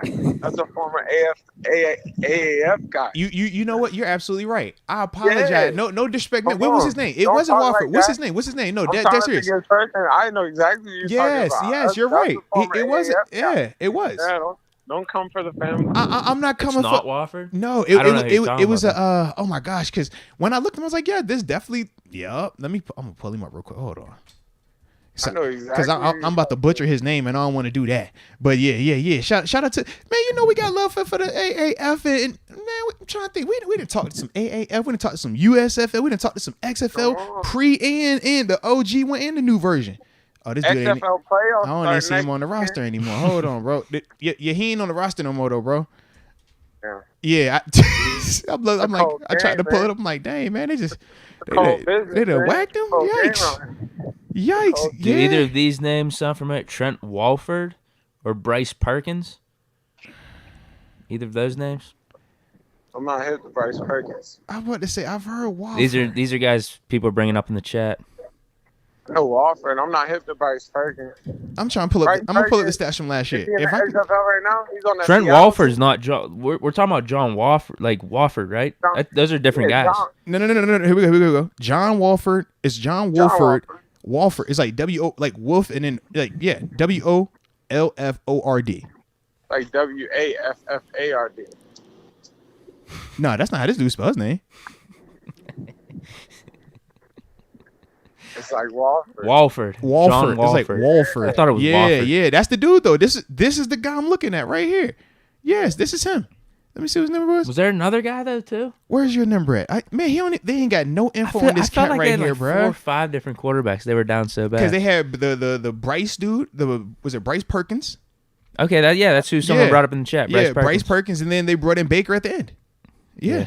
And then it hurt Stafford. Yeah, because it was 1, 2, 3, 4, and then 4 different quarterbacks they used last year. Yeah, and all these dudes played in games, started games. That's nuts. You don't want to start 4 different quarterbacks, bro. Baker went in there and lit it up. He had a little moment. Come on, man. Mm-hmm. So he lit it up. Yeah, he had a little moment. Part of Baker that went was in Russ and lit it giving him up. the ball back a ton on Christmas. But as a whole though, man, let's get back to this Allen Robinson though, man. Let's get back to him, and we're not gonna take no more shots at any of the USFL, AAF, AAL, or XFL. XFL playoffs start next week. Hey, I'm hip, and the USFL just started this past week, and you know I'm tapped in. Come on, bro. USFL started last week. You know good, I'm tapped in, man. All right, it was a good day. I was gonna get to that part of the convo, but we at the Allen Robinson part first. All right, we're gonna get to that part that comes later. Okay. Yeah, but in terms of what's he bringing to us though, man? The people need to know. They want to know. I got a big question for you on it. Uh-oh. Yeah, you could say whatever first. I got this one in the back burner. I think it's hard to say because I think he's going to be the compliment, you know? Uh-huh. I think he's going to be the compliment. I think it's still George Pickens' show, like, for sure. But I think he's going to be the compliment. I think he's a deep ball guy. He's really similar to George Pickens. Like, they're really similar in terms of the game. I think Pickens is a little bit more more spectacular. Yeah. You know, like he got that explosive like characteristic that Yeah. He's like the souped up version. Yeah. He's the souped up version. Sounds like the 8. Like he's like the That's real. That's real. That's real. You know, he's like the older Bernice, like the Bernice Burt, like, you know, the older one. And then this is like the next one. Like, you can get this one right here. So, but I think he'll be a good mentor for George too. Like little stuff, you know, these are ways to position yourself. He's played a lot of ball and he's been successful. So he'll be a good mentor. He'll be somebody that could be talked to, can be leaned on. And I feel like he's one of them dudes too. Tell me about this too, because you can speak to this as a vet. He does come in with enough of an accomplishment on his own that he can talk to a George Pickens, he could talk to a Deontay, and they're going to be able to receive those type of messages versus if it's somebody that is a vet but doesn't have a Pro Bowl, doesn't have the numbers that Allen has had, it doesn't always hit the same when you're trying to mentor and talk to some of these cats. No, I think he's somebody you listen to. Everything I've ever heard about him, he's a pro's pro. Yeah, same. You know, one of those. So it's like he definitely got a good flavor, good rapport about him. I think what it does, though, I think you see some type of trade on this draft. That was my question. That was my question. Deontay's gone. Oh, my Come gosh. on. I think you just got told. What are we doing? TG, I literally, before I called you, just said, I am not moving off from Deontay. Deontay still stays here. And now here you go, not even 5 minutes later, saying, this telling you that we're moving on from Deontay. This is what we doing today, TG. TG, this is what we doing today, TG. TG, this is what we do. So you telling me Deontay's gone, and I'm trying to tell you, I don't see it happening. I think he here, man. How much? You just said they got him in there for what? $5 million? They got him for 5, yeah. You got a star potentially for 5. You gonna pay 18? But the key word is potential because of the availability or the lack thereof. Whereas with Deontay, we know. No, I seen you do it before. They just didn't know. Oh man, I seen you do it before. Didn't know what to do with you. All I'm saying is Deontay is always available. He's gonna cook. He's gonna beat press man to man. He's gonna get wide open for you. Wide open. Cost too much. It don't cost too much right now. It don't. Man, it don't cost too much. You got a rookie quarterback. You could pay 18. You got a rookie quarterback. You ain't got to do what you save money. What you save money for right now? They trading that. They gonna come back. For what? That'll probably where they double back and get a corner. Oh my! Well, wait, yeah, I need to hear this trade package. Are we trading Deontay and bringing in like Addison or what? Stop it! I can see them trading that, jumping back in the draft and getting a. That might be where Tank get the pick at, right? Oh my God! Give us someone in the first round at least. If we're gonna move from Deontay, you better give me something in the first. You better give me man. No, but we could take one at 17. I'm saying no. You're getting a third, and you're getting that compensation off your books. I'm saying this. I'm saying if we move on from Deontay, you're not waiting to the 3rd round to draft a wide receiver. You're gonna draft one in the first or the 32 overall. Not. Why wouldn't you? No, you're not. You're gonna go into time out. But you're gonna go into the season with George Pickens, Allen Robinson, who's coming off of 2 down years. As we talk about in terms of just availability and productive, it's been 2 of the downsides.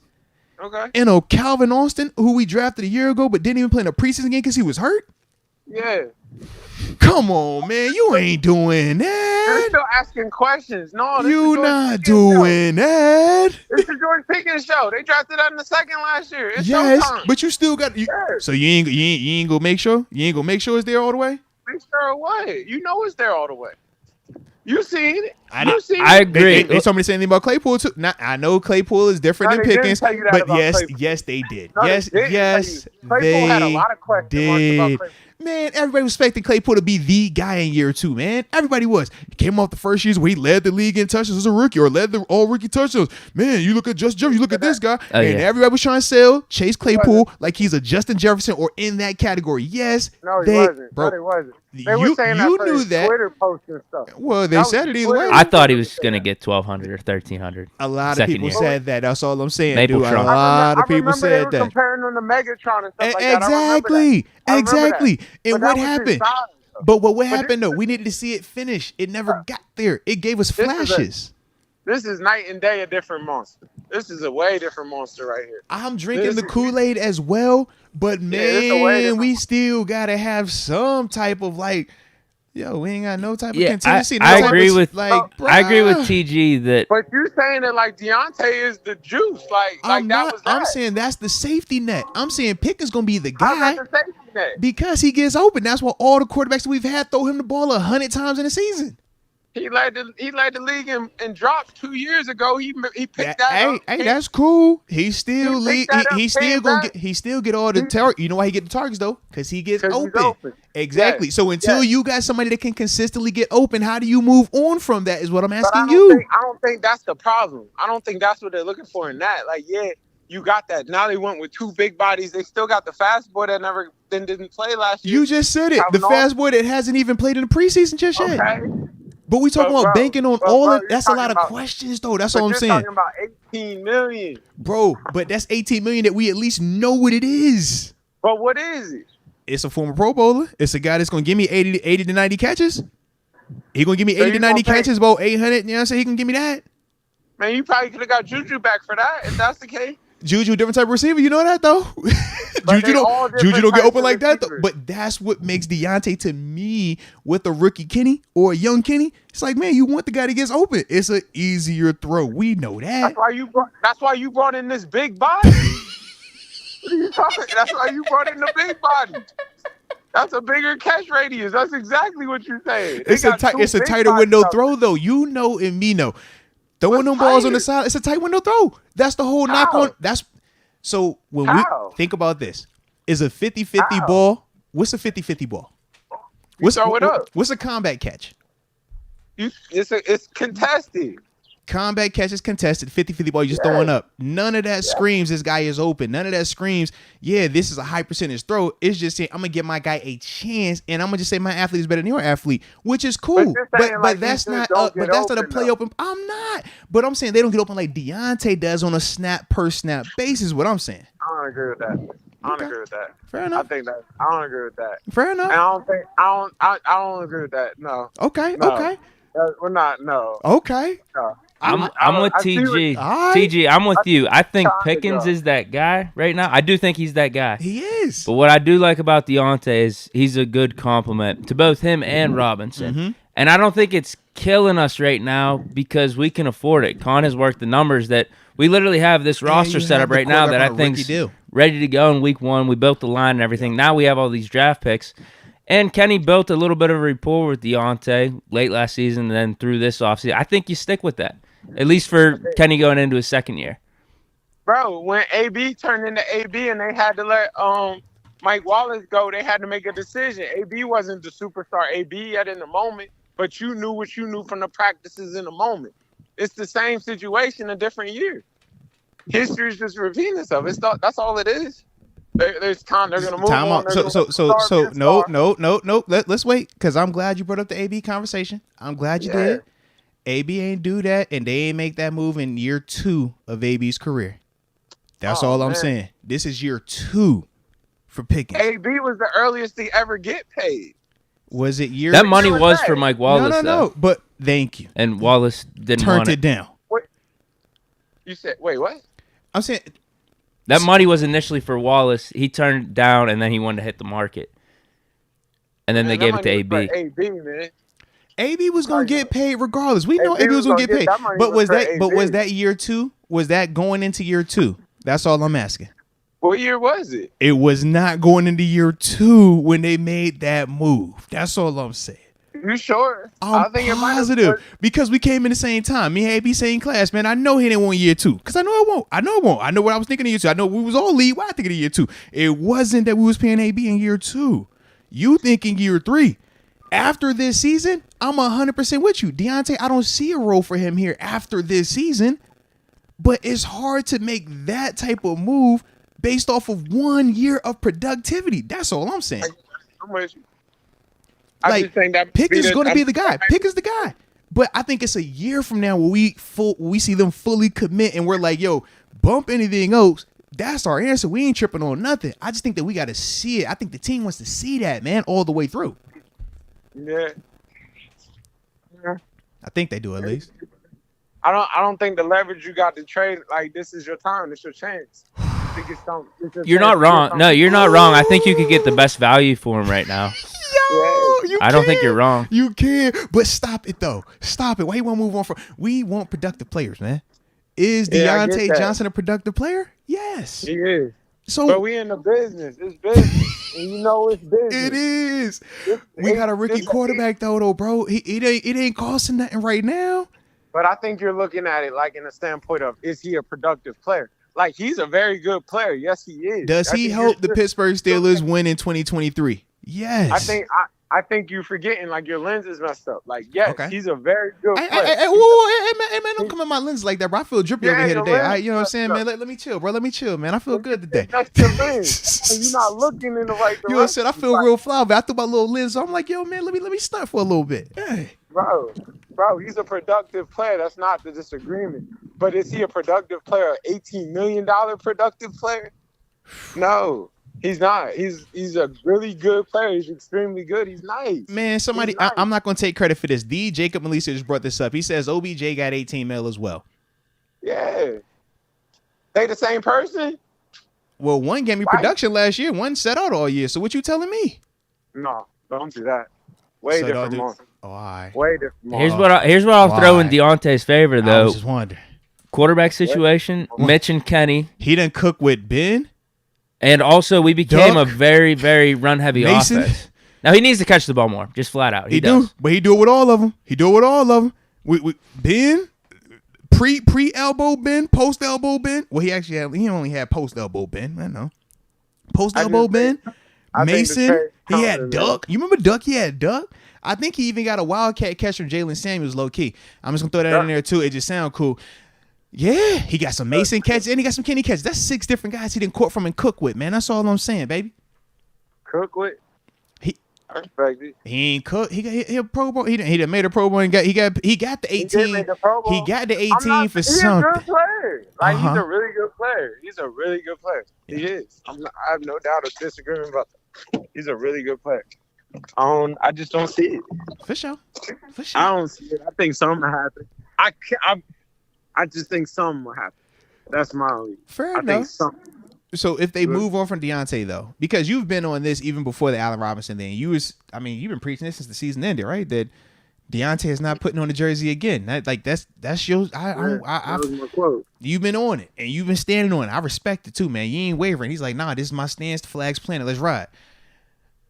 But if we do move on, you're just saying that what we currently have right now, you still would feel confident in minus Deontay.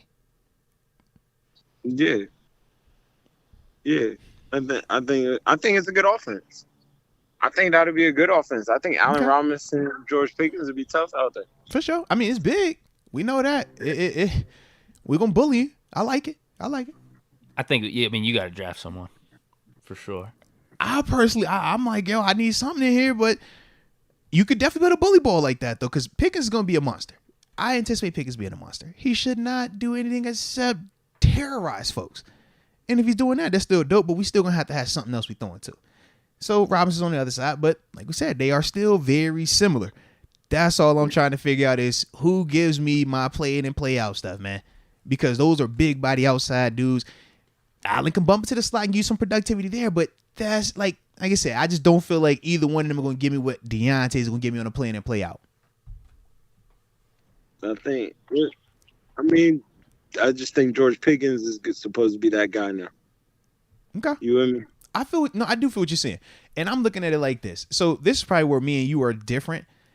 You look at Pickens and they're like, man, that could be the number one just as a big body number one. Like he going to run the routes, he going to do what he do and roll like that. I'm thinking of it more so like, man, X receiver versus my like Z receiver type concept. Like, yo, if he's running my deep downfield stuff, who's my guy that's giving me my routes over here? And that's why I always am like, yo, I still need my Deontay here. But if we just simply saying that, man, Pickens is all world, don't matter, just feed him the rock, AB style, well then, yeah, it don't matter then. We'll be all right.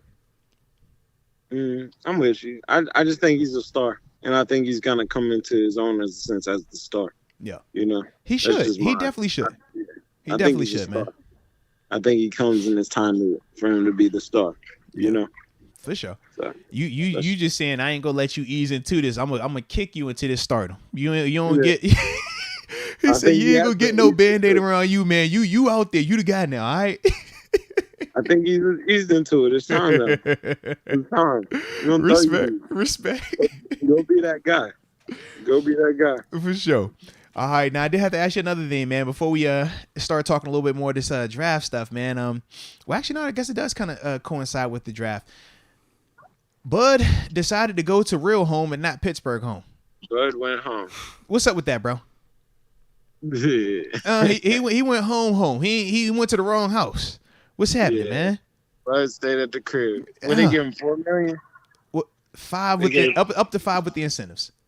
Yeah, it's not bad. I think that was the holdup to me. I think that was probably the big holdup. Yeah. Like where you come for the hometown discount. Well, because they said Steelers were offering multi-year, but less than. Yeah. Well, apparently we wouldn't move off the multi-year too. Like Bud was talking to Rooney and Tomlin, like, can you just offer me a 1-year deal? And like we wouldn't move off 2 for some reason.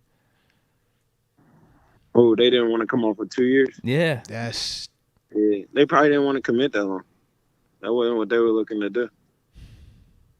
I think they wanted to get him at a value. Yeah, because like Bud was going to come in and do his thing. If I get you 2 years for $2 million a piece, 2 for $3 a piece, he's like, oh man, you got me on a steal in that second year to deal, and that's definitely would have been Yeah, he just wanted a 1-year deal. Yeah, it sounded like they couldn't work that out. Like that was kind of the guess. I think they both probably wanted to work that out. They just probably really couldn't work that out. Yeah, because like I said, when you come on a visit, typically when you on that vibe, man, like deal's supposed to get done, and you supposed to be feeling good about a deal getting done. But that was, I was a little surprised, man. I was like, dang, going back to Atlanta, staying at the crib, bro. Yikes. Yeah, I just don't think they could work that out. And I think this was the next best deal. I'm sure as soon as it couldn't work in Pittsburgh, he was like, what? Let's make Atlanta work. Yeah. Let's just Atlanta gonna work. All right. We ain't leaving the house. Yeah, and those edge rushers aren't that good, so bruh, he's got a path to be a starter again. Full-time starter down there. Up here was like rotational guy. Yeah. I mean, but Bud's in that phase where he's just, he's kind of he want to win. He want to keep going type, Yep. He always want to go home. So he getting to go home. That's perfect. He said, let me check off something real quick. Let me check this off my list real quick, bro. Hold on. It checks off the boxes per se. Yeah. No, without a doubt. But knowing that we were still pursuing him, knowing that we were willing to pay him at least something, and now that we don't have him, what's the next move in terms of finding that third outside linebacker? Are we taking our focus back to the draft, or are we looking at something potentially still out there on that market? Yeah, I don't think he was like the plan. I think he was like I think he was like a bonus situation a little bit. I don't think he was the plan. Like I think they're headed to that draft. Okay. They're trying to build from. They're trying to steal it. Oh, yeah. I think they're trying to grow up stuff in that building. Like, it feels like that's the ultimate goal, is always to build from the draft, So I could see them going in there and getting like a third outside, and then they had their 3-headed monster for a little bit. I like that, but I don't like the fact that you was kind of like, how the Steelers do like to build from the draft. Sure, but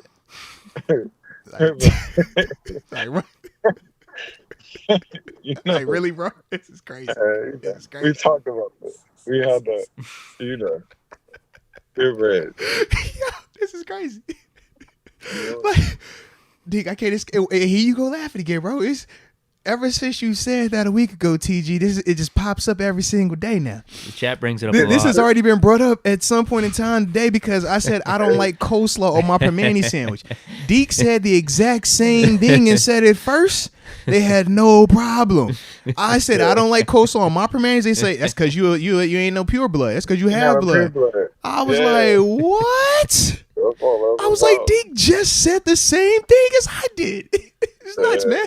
And you gonna hit me with the, you know they like to build between the draft. You know that's how that's still his way. You know they like a homegrown. Yeah, they know what they got here. It's just crazy, bro. Like, yo, come on, man. We supposed to be better than that. We supposed to be moving past pure blood and non-pure blood and all that, man. It's just if you're a part of the family, you're part of the family. I'm part of the family, all right? Yeah, of course. Look, you big time. Nah. I'm not big time. I'm not big time. I'm not big time. You one of the first people to eat at the family reunions and stuff. Like, big time. Chill. You feel very comfortable with it, you know. I feel good until they start putting the family reunion shirt and you be like, yo, where are you at on the branch? Oh, that one all the way in the corner in the back over there, off of like 3 cousins' room. I'm that one. But everybody just know me. You know, I know the right people. Like, I know you. See, I know you. You know what I'm saying? Got the people, you know what I'm saying? Sir. A-Rob just joined the family. Yeah, and see, A-Rob. Actually, we got a lot of people in free agency this year that joined the family. Yeah, it's gonna be a ton of us half bloods just you know popping up everywhere now. Yeah, I hear you. I feel that. Half blood like the new pure blood, anyways. Everybody know that. No.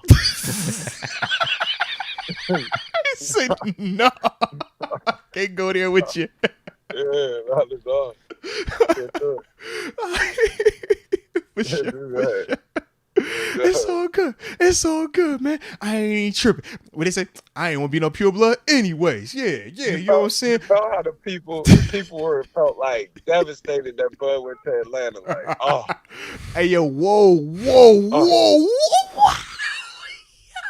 Why are you doing this? You know, why are you doing this? He said they felt devastated because he had come home. It was like a body blow. Like, oh, okay. They said, "Bro, she went to AZ." He was like, it didn't work. You know,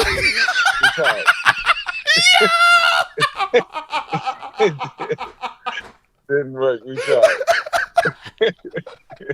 Why are you doing this to me, man? We're supposed to be friends. TJ, it's great. We're supposed to be locker mates. Why you doing me like this, bro? We are locker mates, bro. He said, "Oh." Boy left, man, we in counseling, we grieving. Moats left, hey, man, pour a little out, but y'all trying to hit the club night, man, we all right, bro. Let's go turn up. You tried. Dang good, bro. Dang good. We wanted it to work. We tried. It's all good. It is all good, man. It's not all good, but we're going to say it's all good. Jeez. All right, so we did also, I think this might have been on Monday we started to see this, man. But we were getting the reports that there are rumors that the Steelers might be trading up to the top 10. But initially, everybody was under the assumption that this is more so for a corner or offensive lineman. But reports are coming out that could be for Jalen Carter.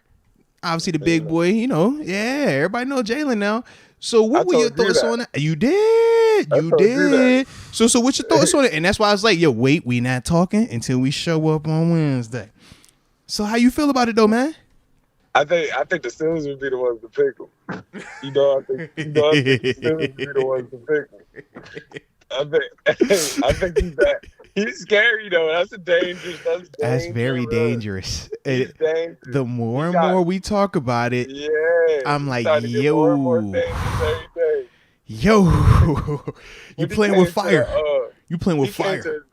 He came to his pro day 20 pounds heavier. That's what I'm saying. They said he didn't even finish it, and this was after everything that happened at the compound. I'm like, bro, you can't get the arrest, and then you do that. Then he got the Dewey. He got the Dewey. You know what I'm saying? With the and it was like, yo, we can't charge you for this body, for these 2 people that lost their life, but you were part of it. It's like, yo, you can't have that and be showing up overweight and not be performing at the pro day. It's very scary. It is very scary, man. It's even bigger than that. I just don't like that 20 pounds. I don't like that. Yeah. I don't like that. That says you're just chilling. Like, I don't see how in that stage of life you should ever just be in chill mode. Like, yeah. And I get it. Like, it's all there. He's gonna get that first pick. Like, he's gonna be a top 10 no matter what. Like, It is what it is. But I think that just tells your love for the game right there. Exactly. You know? And honestly, I've thought of two players, man. Well, mainly one.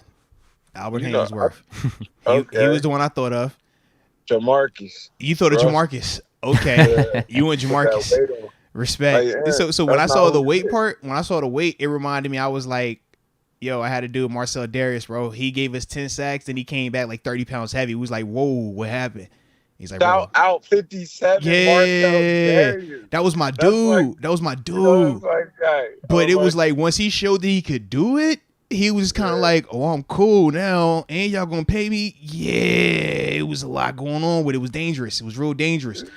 And that's when I look at Jalen Carter, I'm like, yo, you giving me them vibes a little bit. Like, you kind of dangerous, bro. A little dangerous. And just the fact we really don't need defensive tackle that bad. Yeah, that's the other part. But he's not a defensive tackle. He's a player. Like he's a player. He's a guy. A defensive weapon. Yeah, he's a guy. Sure. He can play D. Yeah. He could be your third pass rusher. He's a guy.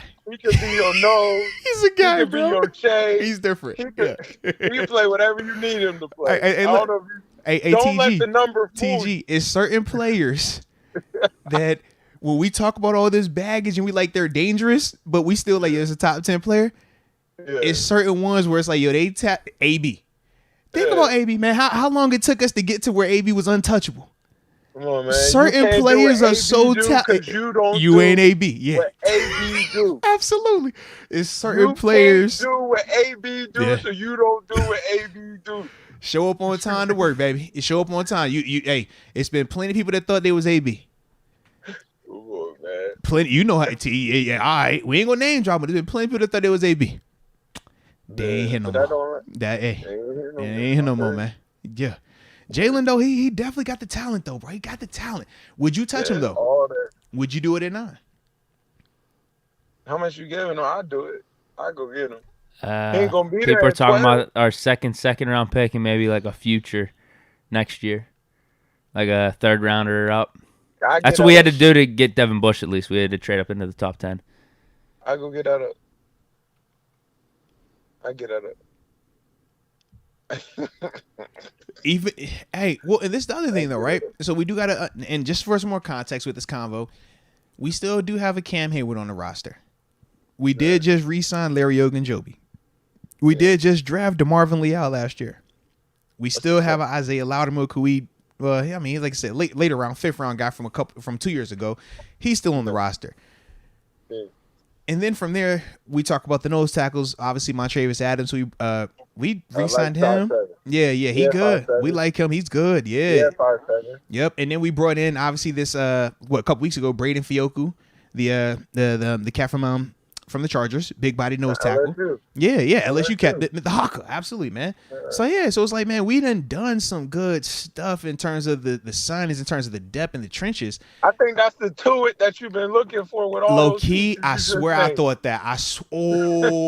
Every time I watch him, I'm like, bro, this is who Tua is supposed to be. This is Tua. This is who Tua is supposed to be. Yeah, I swear, every time I see him, I'm like, that's what it was supposed to be like. Coming in. Yep. And giving him the Steeler way, like, come do it this way, bro. Don't do that. Follow Cam Hayward, whatever you do. Everything you do. Yeah. And now you got what you was looking for. You was looking for that for a few years now. They've been looking for that. No, he has been. I mean, they're hoping DeMarvin Leal could turn into something like that. Tua was different, bro. Like, that's what you want. That big, crazy, athletic, like, yeah.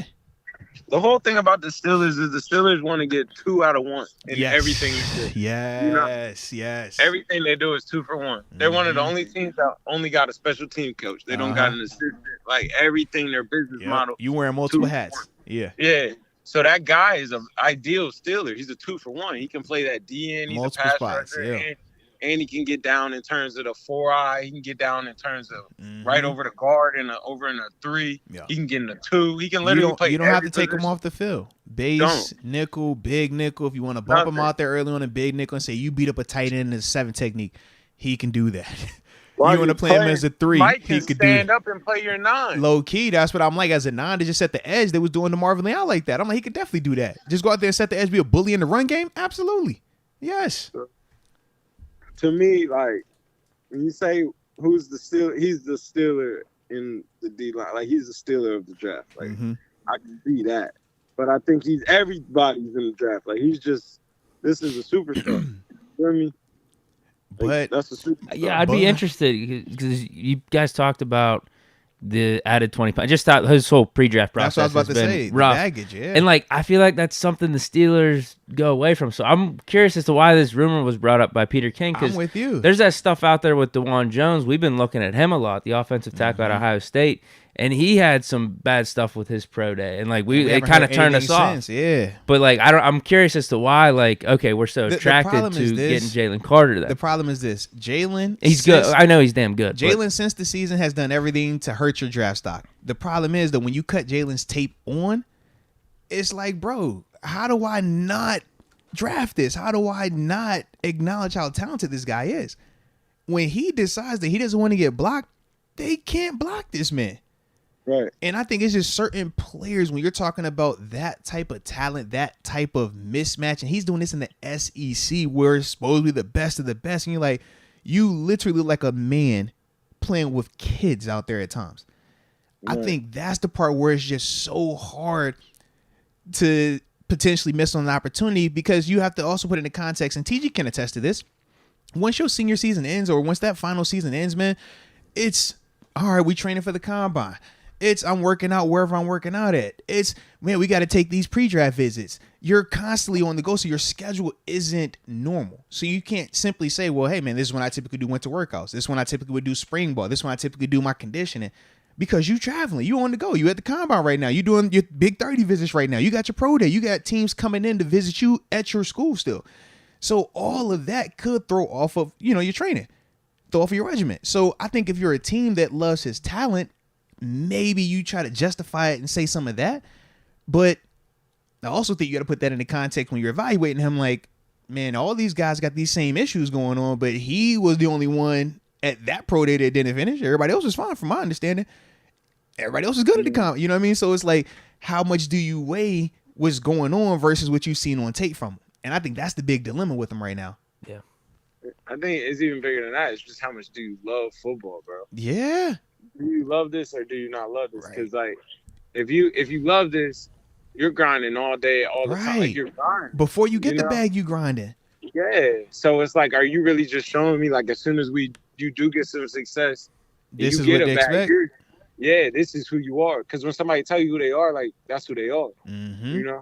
So it's like he's telling you in a way who he is, but his talent is so much that it's like maybe you want to lie to yourself. Yeah, you want to lie to yourself because TG, I'm glad you said that, bro. You hit it right on the head. If this is anybody else, we're simply saying, bro, this dude has already showed us who he is. The love for the game, it's not the priority. He's enjoying everything else, and football is number 2. Yeah. But like you said, man, the talent is what's making everybody say, the tape has shown us that when he's out there, he's just so good that it doesn't matter. But the money at the NFL level, it doesn't change the player, man. It just shows more of who they already are. It highlights it. So if he was already chill and didn't really care about the game like that, when he didn't have $100 million in the bank, what happens when the team pays him $500 million or 5 for 120 and 90 of his guaranteed? Now he's showing up overweight. Now he's showing that he don't want to work. Like, that's some of the stuff you got to worry about. The only opposite side of that is it takes a super strong vet locker room usually to like hold that. And it's kind of like you still do have a Cam Hayward, you have a Pat P, you have certain pieces in here that represent wealth of knowledge, but it is pretty much a young locker room. It's a young team, man. It's young, yeah. And I think those play parts in the decision. I think all those pieces play parts. Because think about when we brought into it, Cam was still on the front end of this thing in terms of him, like NFL career wise. Now we looking like, is it a year? Is it 2 years left? Like, how much time? So how much does he really get to like mold this cat? You know what I mean? And mentor this cat. I think you still get the mold on him. Cam was a 30-year-old, 20-year-old. Yes, but what I'm saying is this though. This is what I mean though. Cam had Tuitt had Cam in his life for 3-4 seasons. You feel me? Yeah. Whereas we're talking, is Cam on the roster a year from now? In terms of like, is he still playing or does he retire? Where are we at with that? I think this type of pick keeps him in the building. Oh, I think okay. this type of pick, keeps him around. I think these type of picks. Fair enough. Yeah. I didn't look at it like, I looked at it like, if you're bringing Jalen Carter in, we're essentially saying, hey, Ben Roethlisberger, we're drafting, we're going a different direction. You get going. Hey, Troy Polamalu, we're going a different direction. It's time for you to go. That's how I looked at the Jalen Carter move. If he comes in here and we take him at 9 overall. I think it's more, hey, we're going to keep you around. I think you seen Jarvis coming here and Lamar Woodley was still around.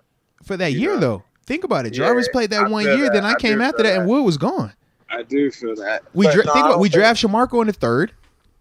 That following year, Troy's gone. But I think that was more of clear out the whole house, because that was the end that was the clear out of the LeBeau and all that. Yeah, I can see that.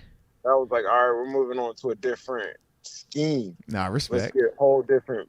We playing 4-3 ball disguised as 3-4. Yeah. Yeah, I think that just changed the whole scheme.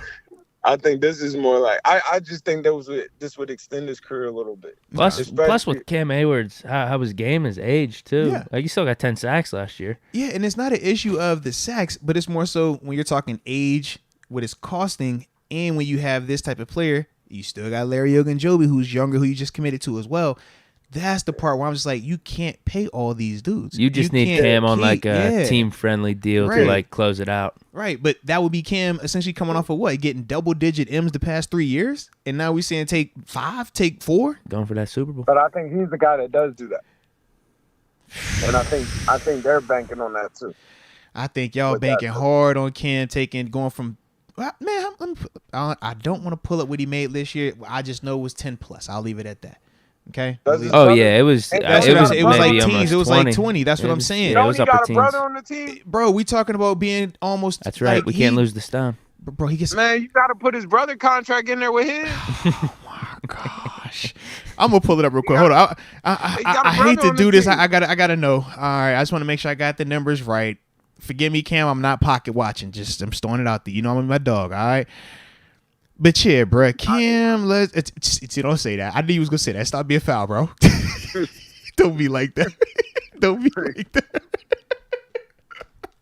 I'm just stopping. I'm just doing cap hits, okay? He had a $17 million cap hit last year. He has a $22 million cap hit this year, and then another $22 million cap hit next year. But if they release him next year, it's only a $6 million dead cap. Little restructure next year. Yeah, that's the only thing. Little restructure extend. In terms of yearly cash, he made 11 last year. He's going to get 15.8 this year, and then 16 in terms of yearly cash next year. But we know that's obviously signable and stuff like that throughout the duration of the deal. But when you're throwing those numbers in, that's the part where I'm like, if you bring in Jalen Carter, that's a lot to come down from. That's all I'm saying, man. He could play less. I don't know where he's at, though. Yeah, I'm from, assuming man. with him getting up there in age, he'd be cool with giving off some of his role. Becoming like that Jerome Bettis for us. On the defense. So why ain't that work with Troy? Because the whole house was leaving at that time. All right. I hope you're right.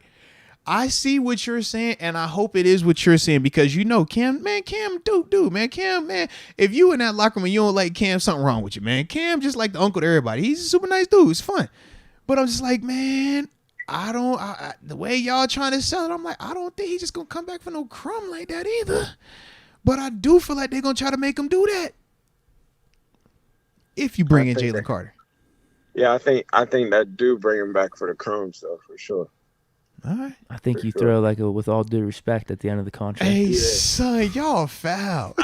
Here's our deal. With all due respect. Yeah. And I do bring him back for the crumbs, though, for sure. Hey, hit him with the. Remember, you can only be approvable at one place. So, choose wisely. I get it, man. I get it. Dang. Yeah. I think you sell them. You put like pictures or whatever of like Big Ben, Troy, Hines. Like you throw these down. Like you're in that conversation. One team, whole career. Yeah. Like you're in that this conversation. means something. This means something beyond football. think you show him that. You show him his brother in there. You with me? Show him a bitch of his brother. Hold on. Now, I need to know, what's the context? Are you showing it like on some mafia, like you want him to come up missing, or you like, hey, the family, your brother? I need to know, like, okay. Just, we that could go both ways. You feel me? It could go both ways. Like, you gonna take less, or would you take less? Think of him, or you better think of him. Of your family. Yeah, you got a lot of your family in here. We've done a lot of good things for you. Your foundation, we big supporters of it. You know what I'm saying? Everything good, man. You know what I'm saying? Like, hey, we gonna come to all your events, man. Come on, we make charitable donations to all your events. Hey, no facts, they do. I'm like, yo, when you get that connection, oh, you're the plug. I'm like, that's C Bass, that's Charlie Bass level. Like, yo, they don't just be like when the team is showing up and the team is helping your individual thing. Yeah. Oh yeah. That's officially big time. You are in your own stratosphere now. Absolutely, bro. It's different. So I think them is the type of combos he's gonna have. Yeah. I can see it though. If they were to pick Jalen, that's if they pick Jalen. Okay. Yeah, I'm really intrigued because you're right. The talent, the player, it makes sense. It you does. Go up, you just get the guy you think could be the franchise defensive lineman, defensive tackle, whatever for the next decade, and just be a beast for you. But at the same, all the red flag stuff this offseason, it makes me wonder if the Steelers are actually serious. Yeah. Or this is just a random rumor thrown out there.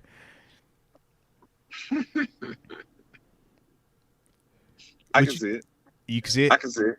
Yeah, he is the player. Like, honestly, I feel the best because think about this, right? This whole draft process, he's been the guy that we're like, yo, it's a consensus number one. Up until the whole... Yeah, at the end of college football season. Yeah. Up until the combine, that was when it started to shift because of the whole drag racing and the death type thing, and then from there, the pro day. But other than that, he was always the guy.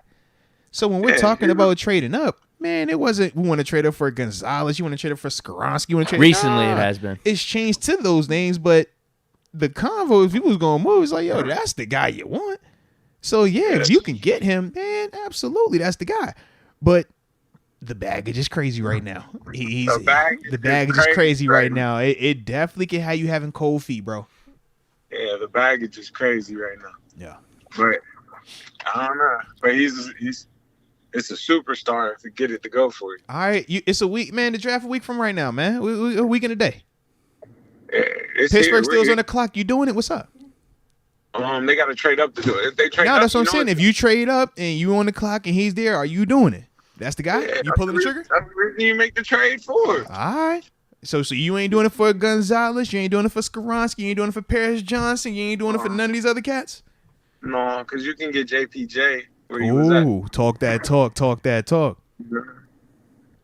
And like I'm a big Eli Ricks guy. Ah, yeah. For y'all that ain't checked out, Lock and Mesa did drop earlier today. We were talking them DBs, and yes, TG loves him some Eli Ricks. Okay, that's his guy that he happens to like a lot. All right, he don't like him like he like AR-15 though, but he like him. No, he like him, but not like AR. I don't know if he did any backflips on his tape. That's not. You gotta check the backflips out. AR is one of my favorite in the draft. He's in my 1-2 for sure. Hey, I gotta ask you this though. A week away, you bringing up AR? Plus 1,500. Oh my gosh! To be the number 1 overall pick. Is that easy money in the bank? You're saying? I've been already put that in. You already did. I've been already did that. I did that about a month ago. What odds did you get that? I did that a month ago when the odds was crazy low. When I seen the 4-3, I went and did it. I said, "Oh, y'all." He said, "Yo, you talking about some 1,500? Like that's good." Yeah. He's like, "Nah, bro, I caught it when it was way worse than that." Yeah, you're getting it 10,000. He said, "Y'all late. Y'all late to the party now." Yeah. When I seen the 4-3, the moment I promise you, I was like, "Yo, that's it right there." These books are saying Bryce Young's a lock right now, minus 1,400. You think, bro? I've been seeing Siege. I thought it was gonna be Stroud being the one. They got him in plus 100 range, plus 7, plus 800, plus 650. We don't know what's gonna happen until it happens. They do a great job of that now. We don't know what's gonna happen. We really don't. We don't have no lead. Hey, we might get one the night before, but they do a great job of that. Yo, if it's AR, if AR go what? Yo. if AI gonna win, like I don't. It's a wrap. We gonna hit the end of it, dude. We would never hit the end of this one unless he sucks. We not gonna hit the end of it. That's all I know. If he gonna win, I'm the draft guru. I'm about to say we gonna have a long 365. That's all we gonna say, man. It's gonna be a long 365, bro. If he go number one, I feel like I'm gonna give fantasy football advice and just have to charge it. Like it's my knowledge to be too high. My knowledge. He say, "Yo, I don't want to hear no more Mel Kiper. I don't want to hear no Ty McShay. Y'all need to be talking to Terence Garvin. That's who y'all need to be talking to, all right?" I mean, I told you this 2 months ago. Nah, like I said, man, if he goes one, man, you get the credit, bro, because you've been on this thing before everybody else. Who's over here like, yo, are you serious right now? No. But I got to see it to believe it, though, man. We're going to have to see that to believe that one, man.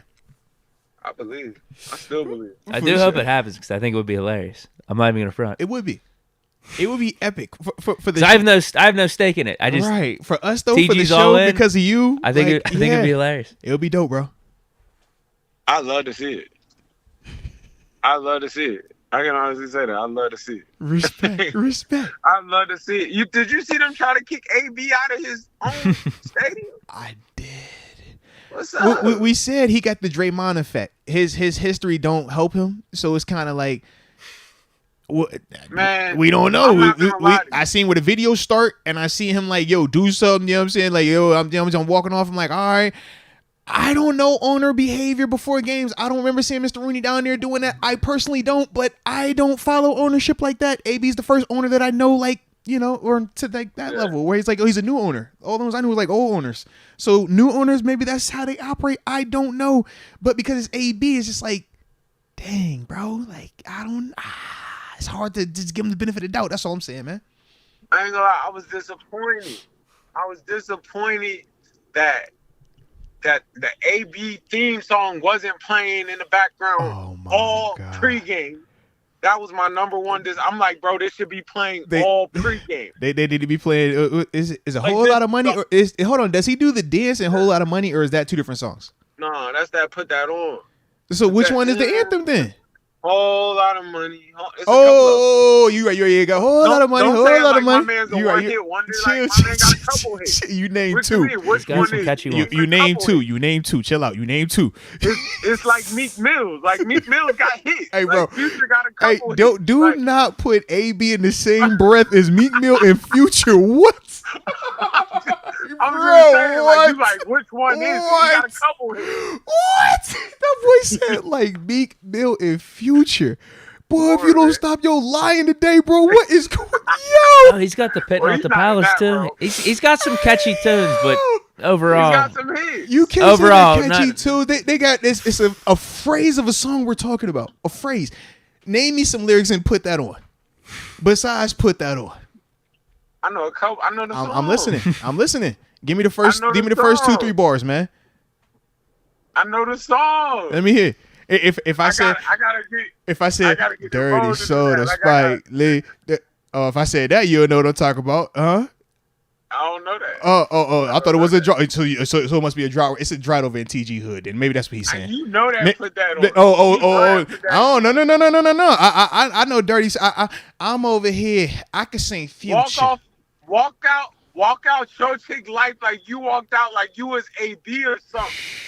Stop it. And that's the PG version. Stop it. Walk out your chick life like you was like I walk off the field like you was AB or something. You know what he said. Did you just Google that? You just Google the lyric? No. Stop it, man. I had to hit the dance once. Stop it, man. Stop it.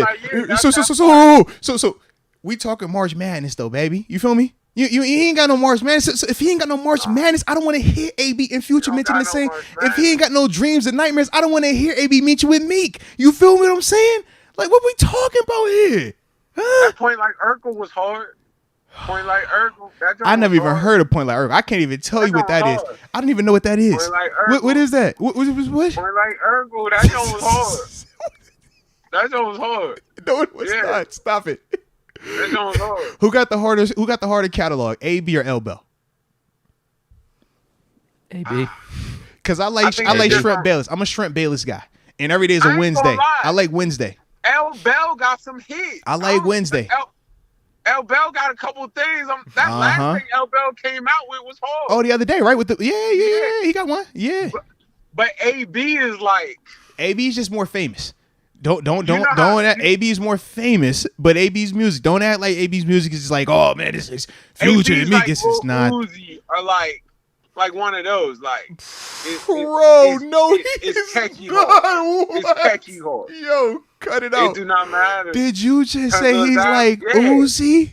He like Uzi. You talking about Mr. I just want to rock. We talking, bro. Uzi got man. Don't do that. Don't do that. All my friends are dead. AB make a TikTok song, he's gonna be rocking. That's all he need to do now is make a TikTok song. I thought the Put On was the TikTok song. What are we talking about? I thought it was a TikTok song. He need to give us one more TikTok song. Oh my God! This man said AB is like Lil Uzi verse. Lil Uzi. Bro, what? I give him that. No, we won't give him that. No, we won't. Stop that. Stop it. No, man. AB got more hits than a couple people that you like. Ooh. AB got about how many hits do Ace Boogie got?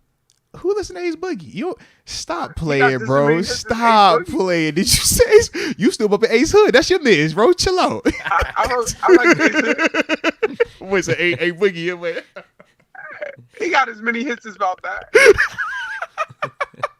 All the girls love Glorilla. Like he got. Hey, first, whoa, no Glorilla slander. All right, okay. Big Glow. All right, Glow got hits. Chill out. He ain't got no hit close to Glow. Not like Glow. Not like Big Glow. Not like Glow. Chill out. Not like Glow. People was doing that. Put that on in the World Cup. Bro, what? Everybody on the Glow vibe. Stop that, bro. Stop people that. Did that at the World Stop Cup. that. Everybody on Glow. Everybody on Glow. Chill out. Chill out. Everybody on Glow, man. Everybody on Joe. I mean, that's it. I'm looking at him put Juice all day. Talking about some Juice WRLD. Shout out to Juice though. Absolutely. But either way, nah. I can't rock with not the AB. You gotta chill. You gotta chill with this, man. I'm just saying. I'm yeah. I can't roll with the music part. I can't get the music. I can't do it, bro. Can't do it. It don't work for you? You trying to sell it to me? You got a better chance of selling me on a Deontay Johnson and Najee trade. That's all I'm saying.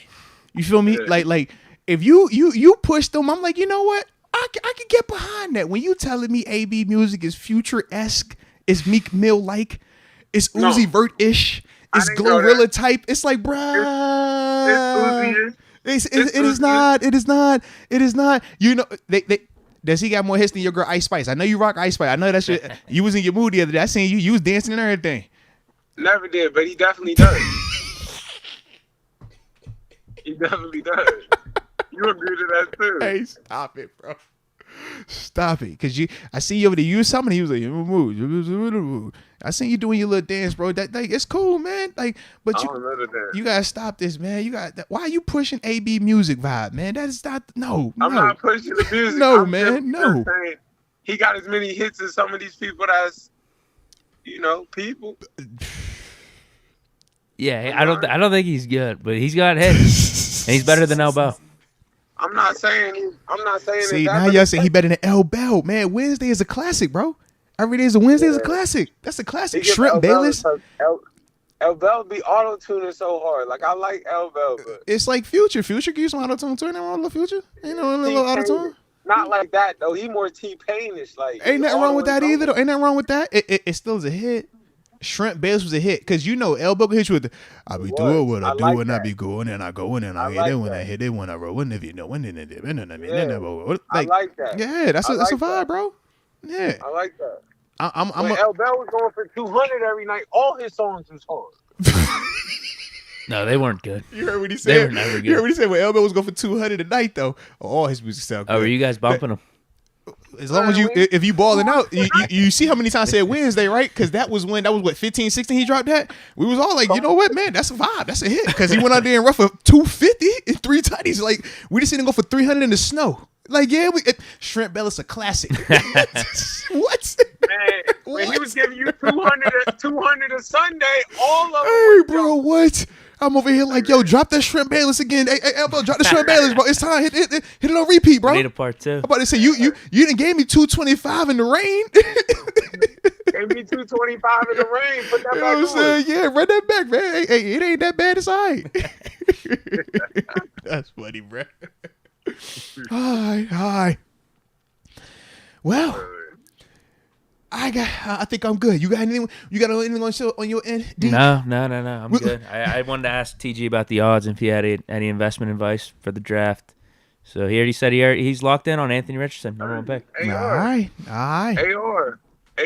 Zay Flowers, first receiver off the board. Oh, I respect it. Yeah. I hope he's not. I would like for him to find a way here. I would like for that. Hey, I don't know how it works though. Hey, Deke been running from me in that Madden. I keep challenging him. Call him out. I tell him all the time. He keep running from me in that Madden. So let me know. Whenever you good, whenever. I'm ready. This week or next week. This week or next week. This week, I'm ready. Ooh. I got to get my schedule right. I like it, bro. Who's your squad? Did you pick your squad yet? It doesn't matter. You said Ravens initially. Yeah, I'll use them. It don't matter. Okay. Dallas, Baltimore, it don't matter. Okay. Pittsburgh, Dallas. it don't matter. I just need a quarterback. It don't matter. Okay. He said, I need a quarterback. He ain't Dallas. All right. Yeah.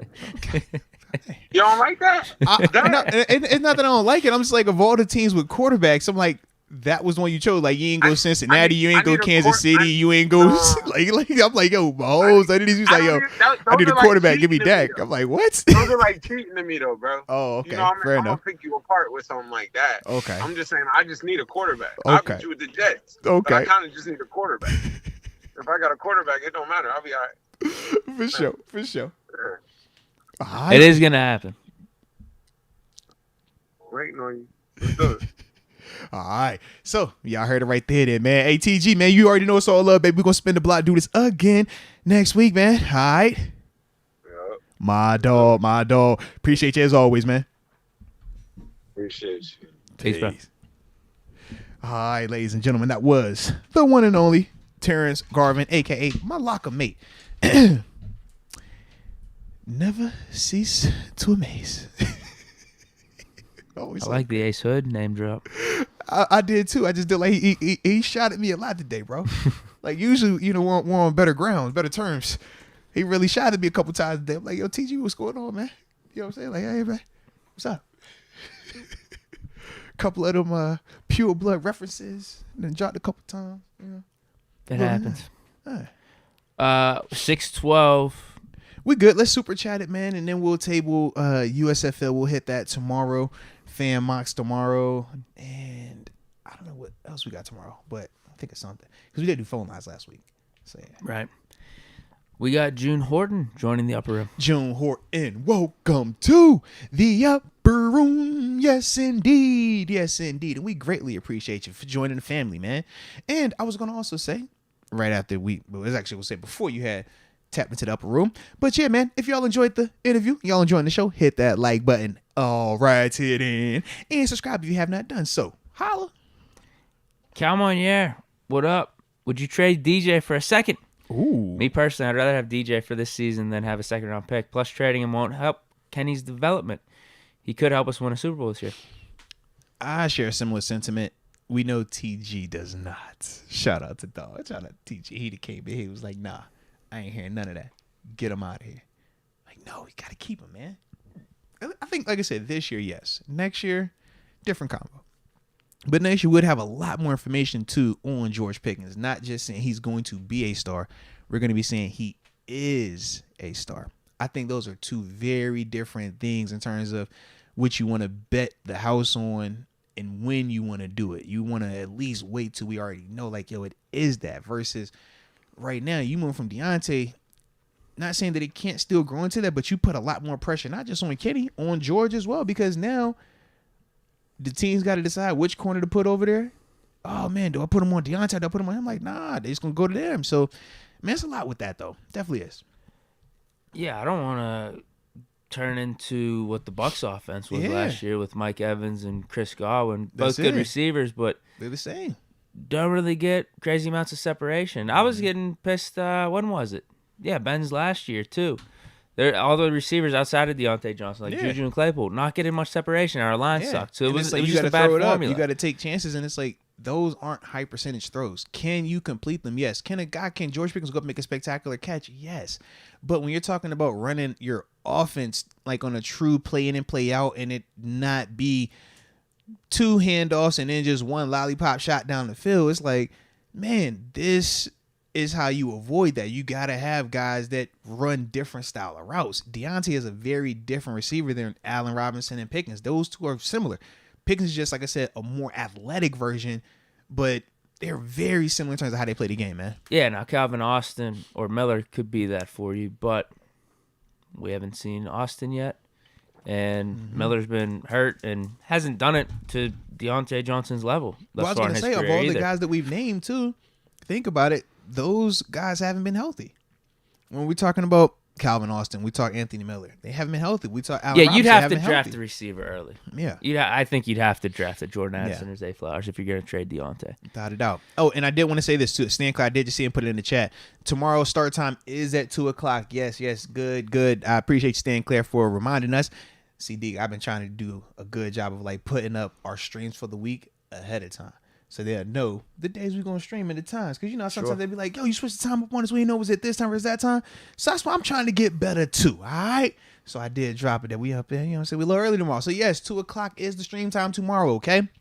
Even though me and Deke get the vibe out, we obviously got stuff, other obligations as well, man. And y'all definitely got to tap in with Deke too, all right? So that is why the time will be at 2:00 tomorrow, okay? So just a heads up.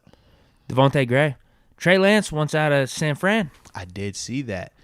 He I wants didn't out? know he was. I thought it Or was other once that he teams was are looking Yeah, I for thought him? teams were looking at trading him. I didn't know that I don't know if he requested anything though. Yeah, but I definitely saw where teams were definitely inquiring about him. 49ers Vikings discussed Lance trade this offseason. Hey man, ain't nothing wrong with him coming to back up old Kirk. Ain't nothing wrong with that. That'd probably be good for him, low key. Yeah, I don't see anything about Trey Lance demanding a trade. Okay. But it looks like they are talking with some teams. There's some availability there. I like it. Wow. I'm just trying to think what teams could be interested. I want to know what the asking price is. What you giving up for Trey? Because I'm sure they want a third-round first. pick. They want something close to a first based on, all that they had to invest to get him. 3rd round pick. That's the max. Man, it's just 2 years removed from being the, 3rd overall pick? Or was he 3rd or 5th overall? Yeah, I know what the Niners want, but if I'm a team, I'm just not. Dude, like Jimmy G went for a 2nd round pick. Yeah. And that was him actually playing good up in New England. Thank you. And Trey Lance really hasn't done anything in San Fran like that. I like when you say it like that. Jimmy G playing good. I like when you say it like Jimmy G, I mean, he was being talked about. He actually should have went for a 1st round pick. It's just, remember that they wanted to conspiracy get him theory out. I brought up Yeah. where Belichick wanted to send Jimmy G to an actual Somewhere. good team Uh-huh. so he could showcase the skills and prove Yeah. why he was right and wanting to keep Jimmy G. So he sent him to Niners with Shanahan. But I think he definitely could have got him for a 1st. Trey Lance, yeah, 3rd rounder. Trey Lance. Let's go, UW. Junior was the one who built the 70s dynasties. Going back to Art Rooney Jr. Now, without a doubt, man, knowing that he was the one who built the dynasties, I definitely feel like it just continues to strengthen his Hall of Fame chances. But, yeah, it's, like I said, knowing that it was only 15 owners, I don't even know non-owners that weren't players, like how many of those guys are in there as well in terms of like the contributors. We know we had Bill Nunn recently get in, so it would kind of be in that vein, but we know that was also during the centennial year as well, where the classes were a lot larger. Tom Vikes, 41, has joined the upper room. Man, Tom Vikes 41, welcome to the upper room. Yes, indeed. Yes, indeed. And we do greatly appreciate your support. Welcome to the family, baby. Next, we have Richard Stone. A little bit of slaw with Hawaiian food isn't bad. I've actually never tried it like that. I'm not a slaw guy. Yeah, that's not my thing, man. I'm trying to think. What is true traditional Hawaiian food? Because I think I like Hawaiian rolls, but I'm like, I don't know if that's like true traditional Hawaiian food. Probably like roast, because I know they got the little pig always. So pork. Pineapples, definitely. Gotta have the fruit. Right. Yeah, I think of that type of stuff. Skydiving Hef. If you could pick Oh, and that Bud was Richard Dupree- Stone's first chat. So shout out to you, Richard Stone, as well, man. Did want to salute you for that being your first super chat as well, man. Skydiving Hack asks if you could pick Bud or Allen Robinson. What'd you do?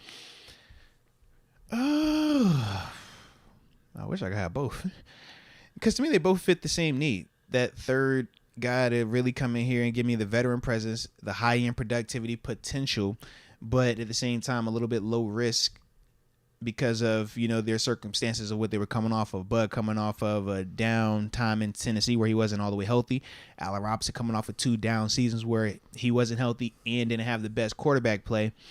But both of those guys were veterans that could come in here and we're going to play a lot and we're going to give us productivity. So I'm good with either one. Since we got Allen Robinson, man, I'm going to shout out him. I'm going to say, yeah, I'd rather have him because he chose us. Whereas, Bud, my dog, but he wanted to go to the other house. So, yeah. Love you, Bud. But I'm mad. You supposed to come here. Yeah, my dog. What about you, man? Who would you pick?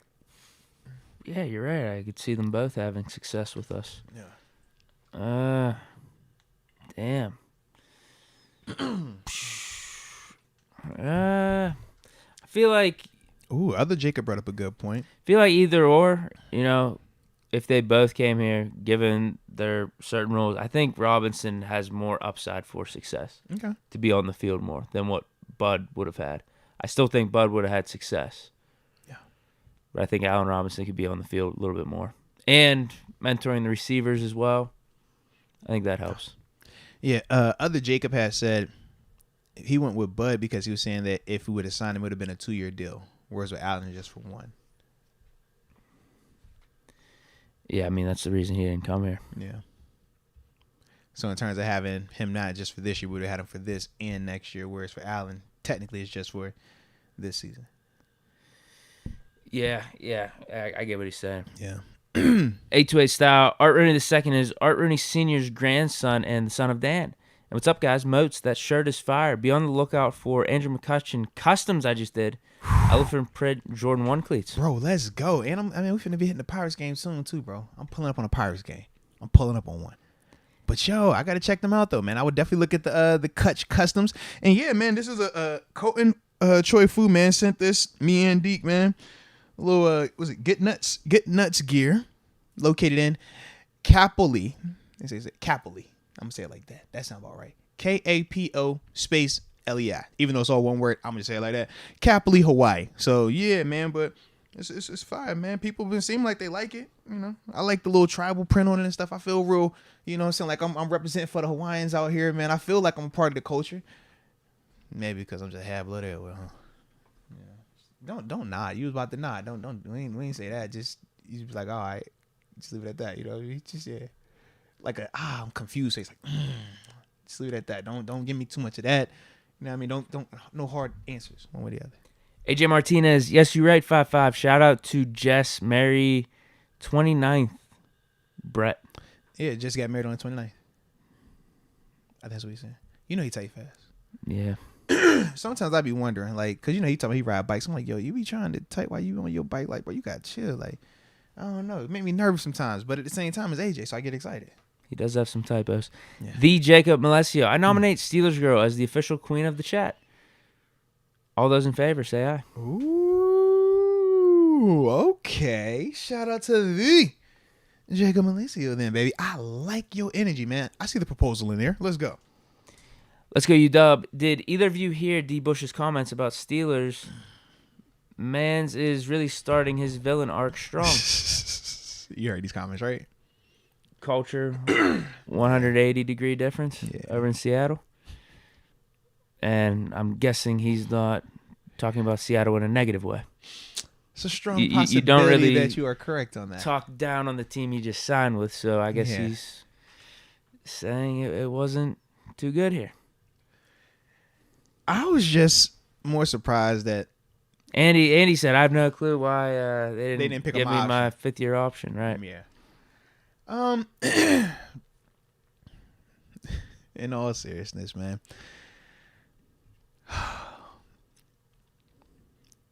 He's doing what you're supposed to when you join a new team, but he did it too fast.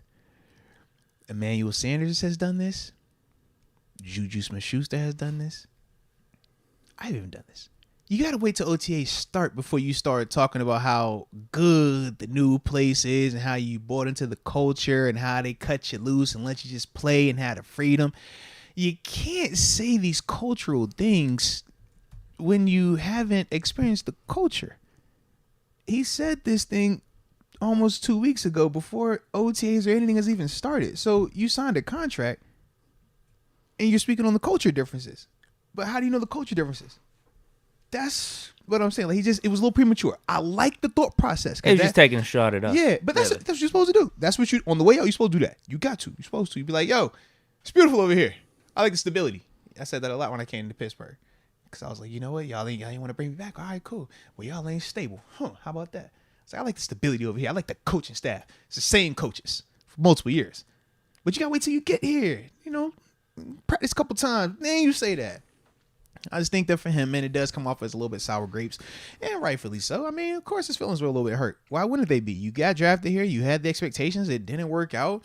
You had to, deal with what you had to deal with, and people weren't nice to you always about it. So, yeah, you feel some type of way. You say what you say. It is what it is, though, man. I don't think it's anything more or less than that. I just hope it works out for him in Seattle. Other Jacob says 180 for us, too. Devin Bush. Yo, y'all gotta chill. Y'all gotta chill. See, that's what I'm like, yo, yeah, man. When you throw that out there, you welcome that type of stuff back, man. Yeah, we lose Devin Bush. We bring in Cole Holcomb and Landon Roberts, all these veterans. Yeah, they got a lot more ammo. They got a lot more ammo than D. Bush right now, man. So yeah, does feel like a little bit of a culture shift we've made over the last. Now you double down. Off season. Don't double down. We ain't trying to do that. We don't want to make this that. Yeah. Skydiving hack. Is Allen Robinson a bad thing for Muth? Ooh, bring up a good point. Potentially, if we introduce more of the 3 wide receiver sets, because he's a good receiver, he's gonna get his targets. But I still think Muth is still gonna get his as long as he stays healthy. I think Muth still is in a big part. He's still a big part of what we are trying to do in terms of still be physical. And he is the only one of his kind on our roster as well. So I do think that he's gonna still have his role. I don't think it's gonna take too much from him, but yeah, Allen is a good player, and if Allen is healthy, he's gonna get some targets. Q, I'm expecting Robinson to have a season like Jericho Cotchery that season he was here in 2013. It's a great comparison. Speak on that, man. I can't relate to that. I remember he had double-digit touchdowns. He was like an unsung signing. Like, there's more hype for Robinson for sure right now because of who he was. Like, Jericho Cotchery was never like a Pro Bowl or like elite wide receiver. He was a name. He was a good player, though. Yeah, he was all right at some of his stops prior. But, yeah, it was more of an afterthought. We brought him in. He became wide receiver 3 for us and got double-digit touchdowns. I want to say his yard, he's probably like around 600 yards or something like that. Okay. But it was good. Yeah, it was just under the radar. He came in and really produced. So if Robinson could give us something like that, like I said, his floor right now should be like 500 yards. That's what I feel. And that's fine for wide receiver 3 because that actually triples the production that we got from Steven Sims last year after we traded Claypool. And that's the bare minimum. So and we still felt Steven Sims gave us some production at times. Yeah, I liked him. It's not a start at Sims because I thought he was there for us when we needed, but you're not looking for that long term out of your wide receiver 3. Not at all. So if he gives us at least 500 yards, that's an upgrade right there, and it's not bad. But then I think still 6'7", that's the median, and then you're talking ceiling up to 1,000. 800, 900, almost 1,000. Give us some touchdowns too. That'd be nice. That's not a bad comparison. I like that though. That was actually a good one. Road to the Bank news. Yo, Deke and Moats, I love smoking gas because it gives me good ideas. How'd you feel about going live after a training camp practice at Latrobe and bring players on to interview and answer fan questions? I mean, of course, that is a dope concept. It's just more so the logistics of it, that's all. But no, I mean, in terms of the concept, though, it's definitely a vibe, man. Yeah, I just know for post-practice, when I think of training camp, I think of the autograph part, I think of family, and I think of just how much time we're going to have, how much time they have. It's just a lot of moving pieces. But I do like the thought process, though, without a doubt. Got a good idea. Smoking that gas. I'm about to say, I definitely like that, though. Let's go, UW. If any of you want to feel old, Antonio Gates Jr. has started playing for Michigan State. Yeah.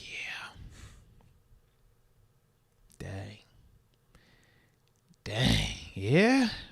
I still think it was that Matt Leinart son one, getting the offer from Pitt. Yeah. Because Antonio Gates was a little bit before Leinart. All right, I'm like, at least he was still like considered older. Yeah, I'm already feeling old. I was going to say, that didn't really faze me. Yeah. I'm too far gone now, man. Sean McCartney, I'd rather trade Deontay for a pick or two than trade up and get another second-round receiver. If we don't, Deontay better get a touchdown.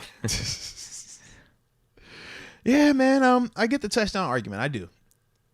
But at the same time, man, don't let the no touchdowns make it seem like the catches and the yards that he did give us was not impactful and did not matter and could just easily be replicated, because that's also not the case. But yeah, you do want to score more touchdowns. Heck, you want to score more touchdowns, man. And he should this year. Yeah, there's 3 I think of right now. The one he was caught right before at Week 18, the Browns game. He was running almost across the goal line, got tripped up. The one he dropped in the Colts game. Then the one that got knocked down in the Browns game. Well, he dropped that one too. No. It got batted down. It's PBU. Well, I was gonna say the one in the Jets game where he just missed it by like an inch, the toe tap in the back of the end, and actually, maybe Mitch would have still been the starter going in that second half if that would have been a touchdown. Yeah. Raymond Kane, loving this offseason. Don't remember us being this active in a long time. Does Omar have mob ties? Can't believe the deals he's getting done. Hey, man, he knows somebody, bro. Because, Omar is in this thing, man, wheeling and dealing. We're going to find out how good these deals are, when the season hit. But right now on paper, bro, he look nice. Super nice, man. Was Colbert holding us back? Ooh. Well, Colbert got rings. Omar hasn't had one as the head guy just yet, so we got to see. But if Omar get one in these next 2-3 years, all right, we're going to be having them conversations. R. Barley 18, no one said this. Sam Alu is going to be the center. High IQ, athletic, and would explain all the guards on your roster. And all the guards' interviews, Isaiah was projected as a center coming out. Yeah. You heard it here first. All right, we shall see, man. We shall see. As long as we got our group out there, man, the best 4-5, man, that's all we need. So if he had center, if he had guard, I'm cool with whatever. As long as he produce and do what he's supposed to do, man. G-Man 39, in my opinion, he ain't that productive. DJ can't catch, and he runs backwards. Trade him for Buddha. $18 million for a better player next to Minka. Fair enough.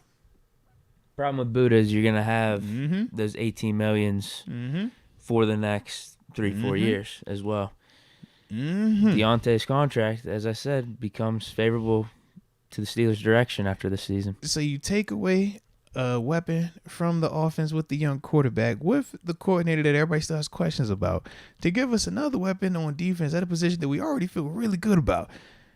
I'm good on that one, man. I'm good on that one personally. But shout out to Buddha Baker, though. Heck of a player. Y'all know Buddha nice. Y'all know I like Buddha, man. That's a good dude. Mark, TJ wants us to draft Anthony Richardson and make him wide receiver 1. Trade Deontay. Mr. 4-3 could do the backflips. I'm like, if he was wide receiver, we would love that. Let me stop messing with it, though, man.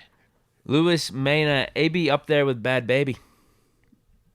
You probably right, because I'm like, Bad Baby I don't even know any of her hits. Yeah, she probably got like a mixtape song. Does AB got a whole mixtape? Does he got a project yet or not? I have no clue. Oh. Man, I thought you knew this stuff, man. I thought you was diehard. I know AB his catchy music songs. Too. I know because everything else isn't good. I know that. I heard his 1 or 2 catchy songs. Everything else ain't good. I know that. Heard some of the other stuff and just said, he's not good. All right. Zenon Bowie, Deke, we need you to stop running from TG. Ooh. I'm not running. I just got to get that schedule right. You're going to get that schedule right, man. Deke a busy man. All right. The Jacob Malesio. Tomorrow is 420, y'all. Get the research on, fellas. Big facts. Can't wait. Jacob Malesio, I would have given up a water boy for Trey Lance. Well, the thing with Trey, man, like we said, it's still a lot of question marks surrounding that thing, man.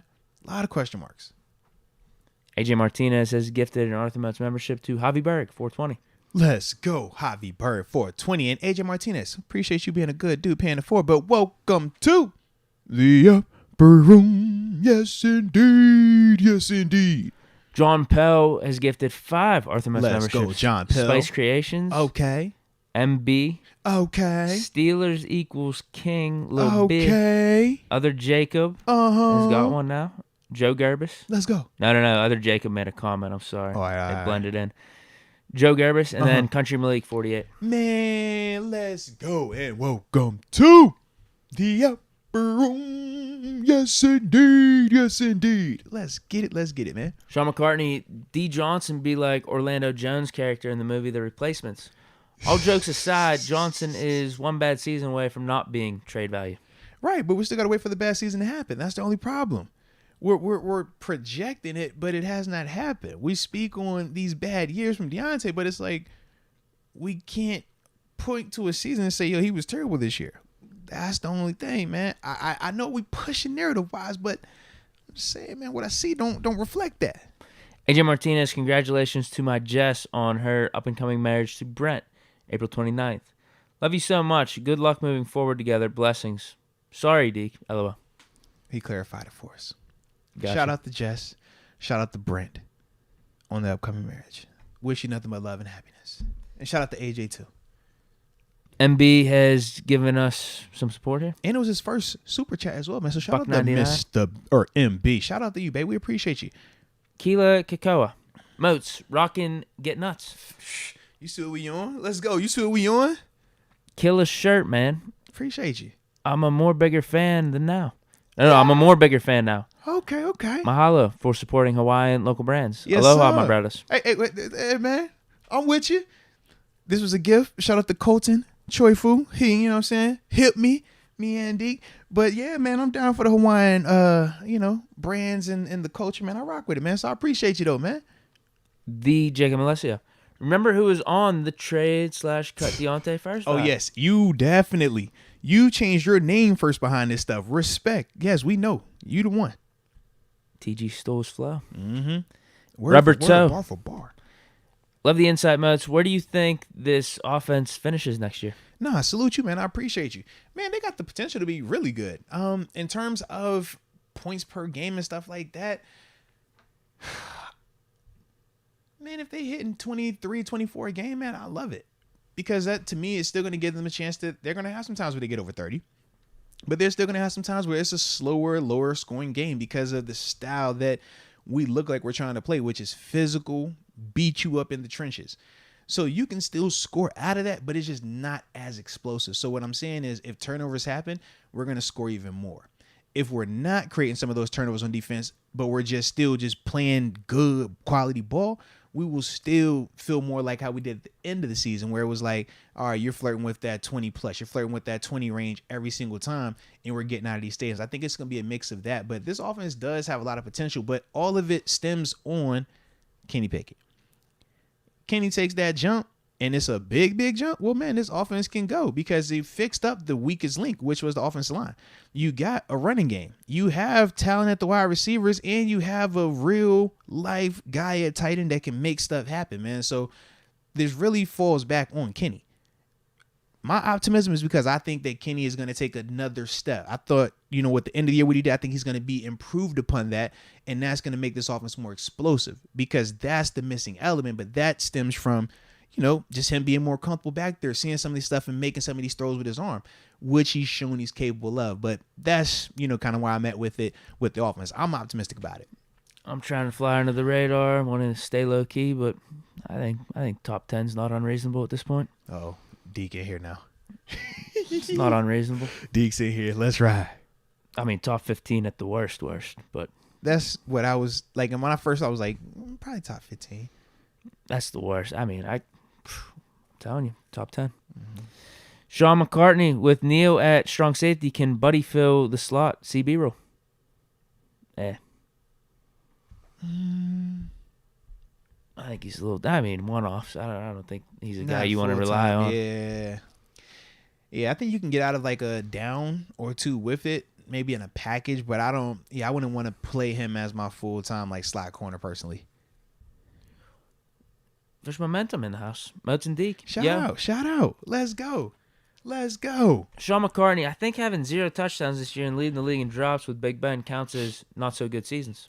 Remember, that's all a matter of perspective. There's nothing wrong with that. The Jacob Malesio Moats, can I please make a Facebook page for all of us to share pics and stories? I would love for us to be able to connect outside of here. I'm not confused. What you mean, can you create a Facebook page? Yeah, I think everybody create a Facebook page, right? Am I tripping?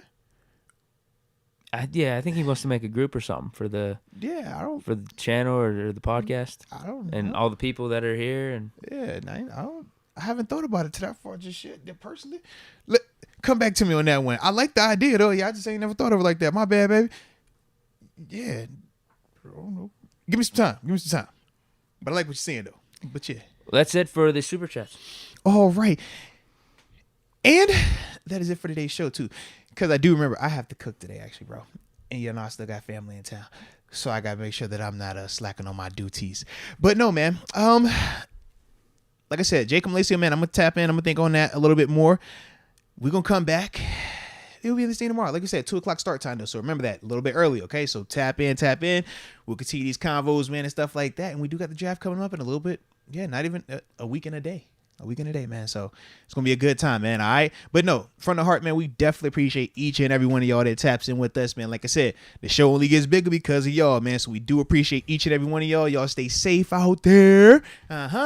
Hit that like button on the way out. Subscribe. And until next time, baby. Peace.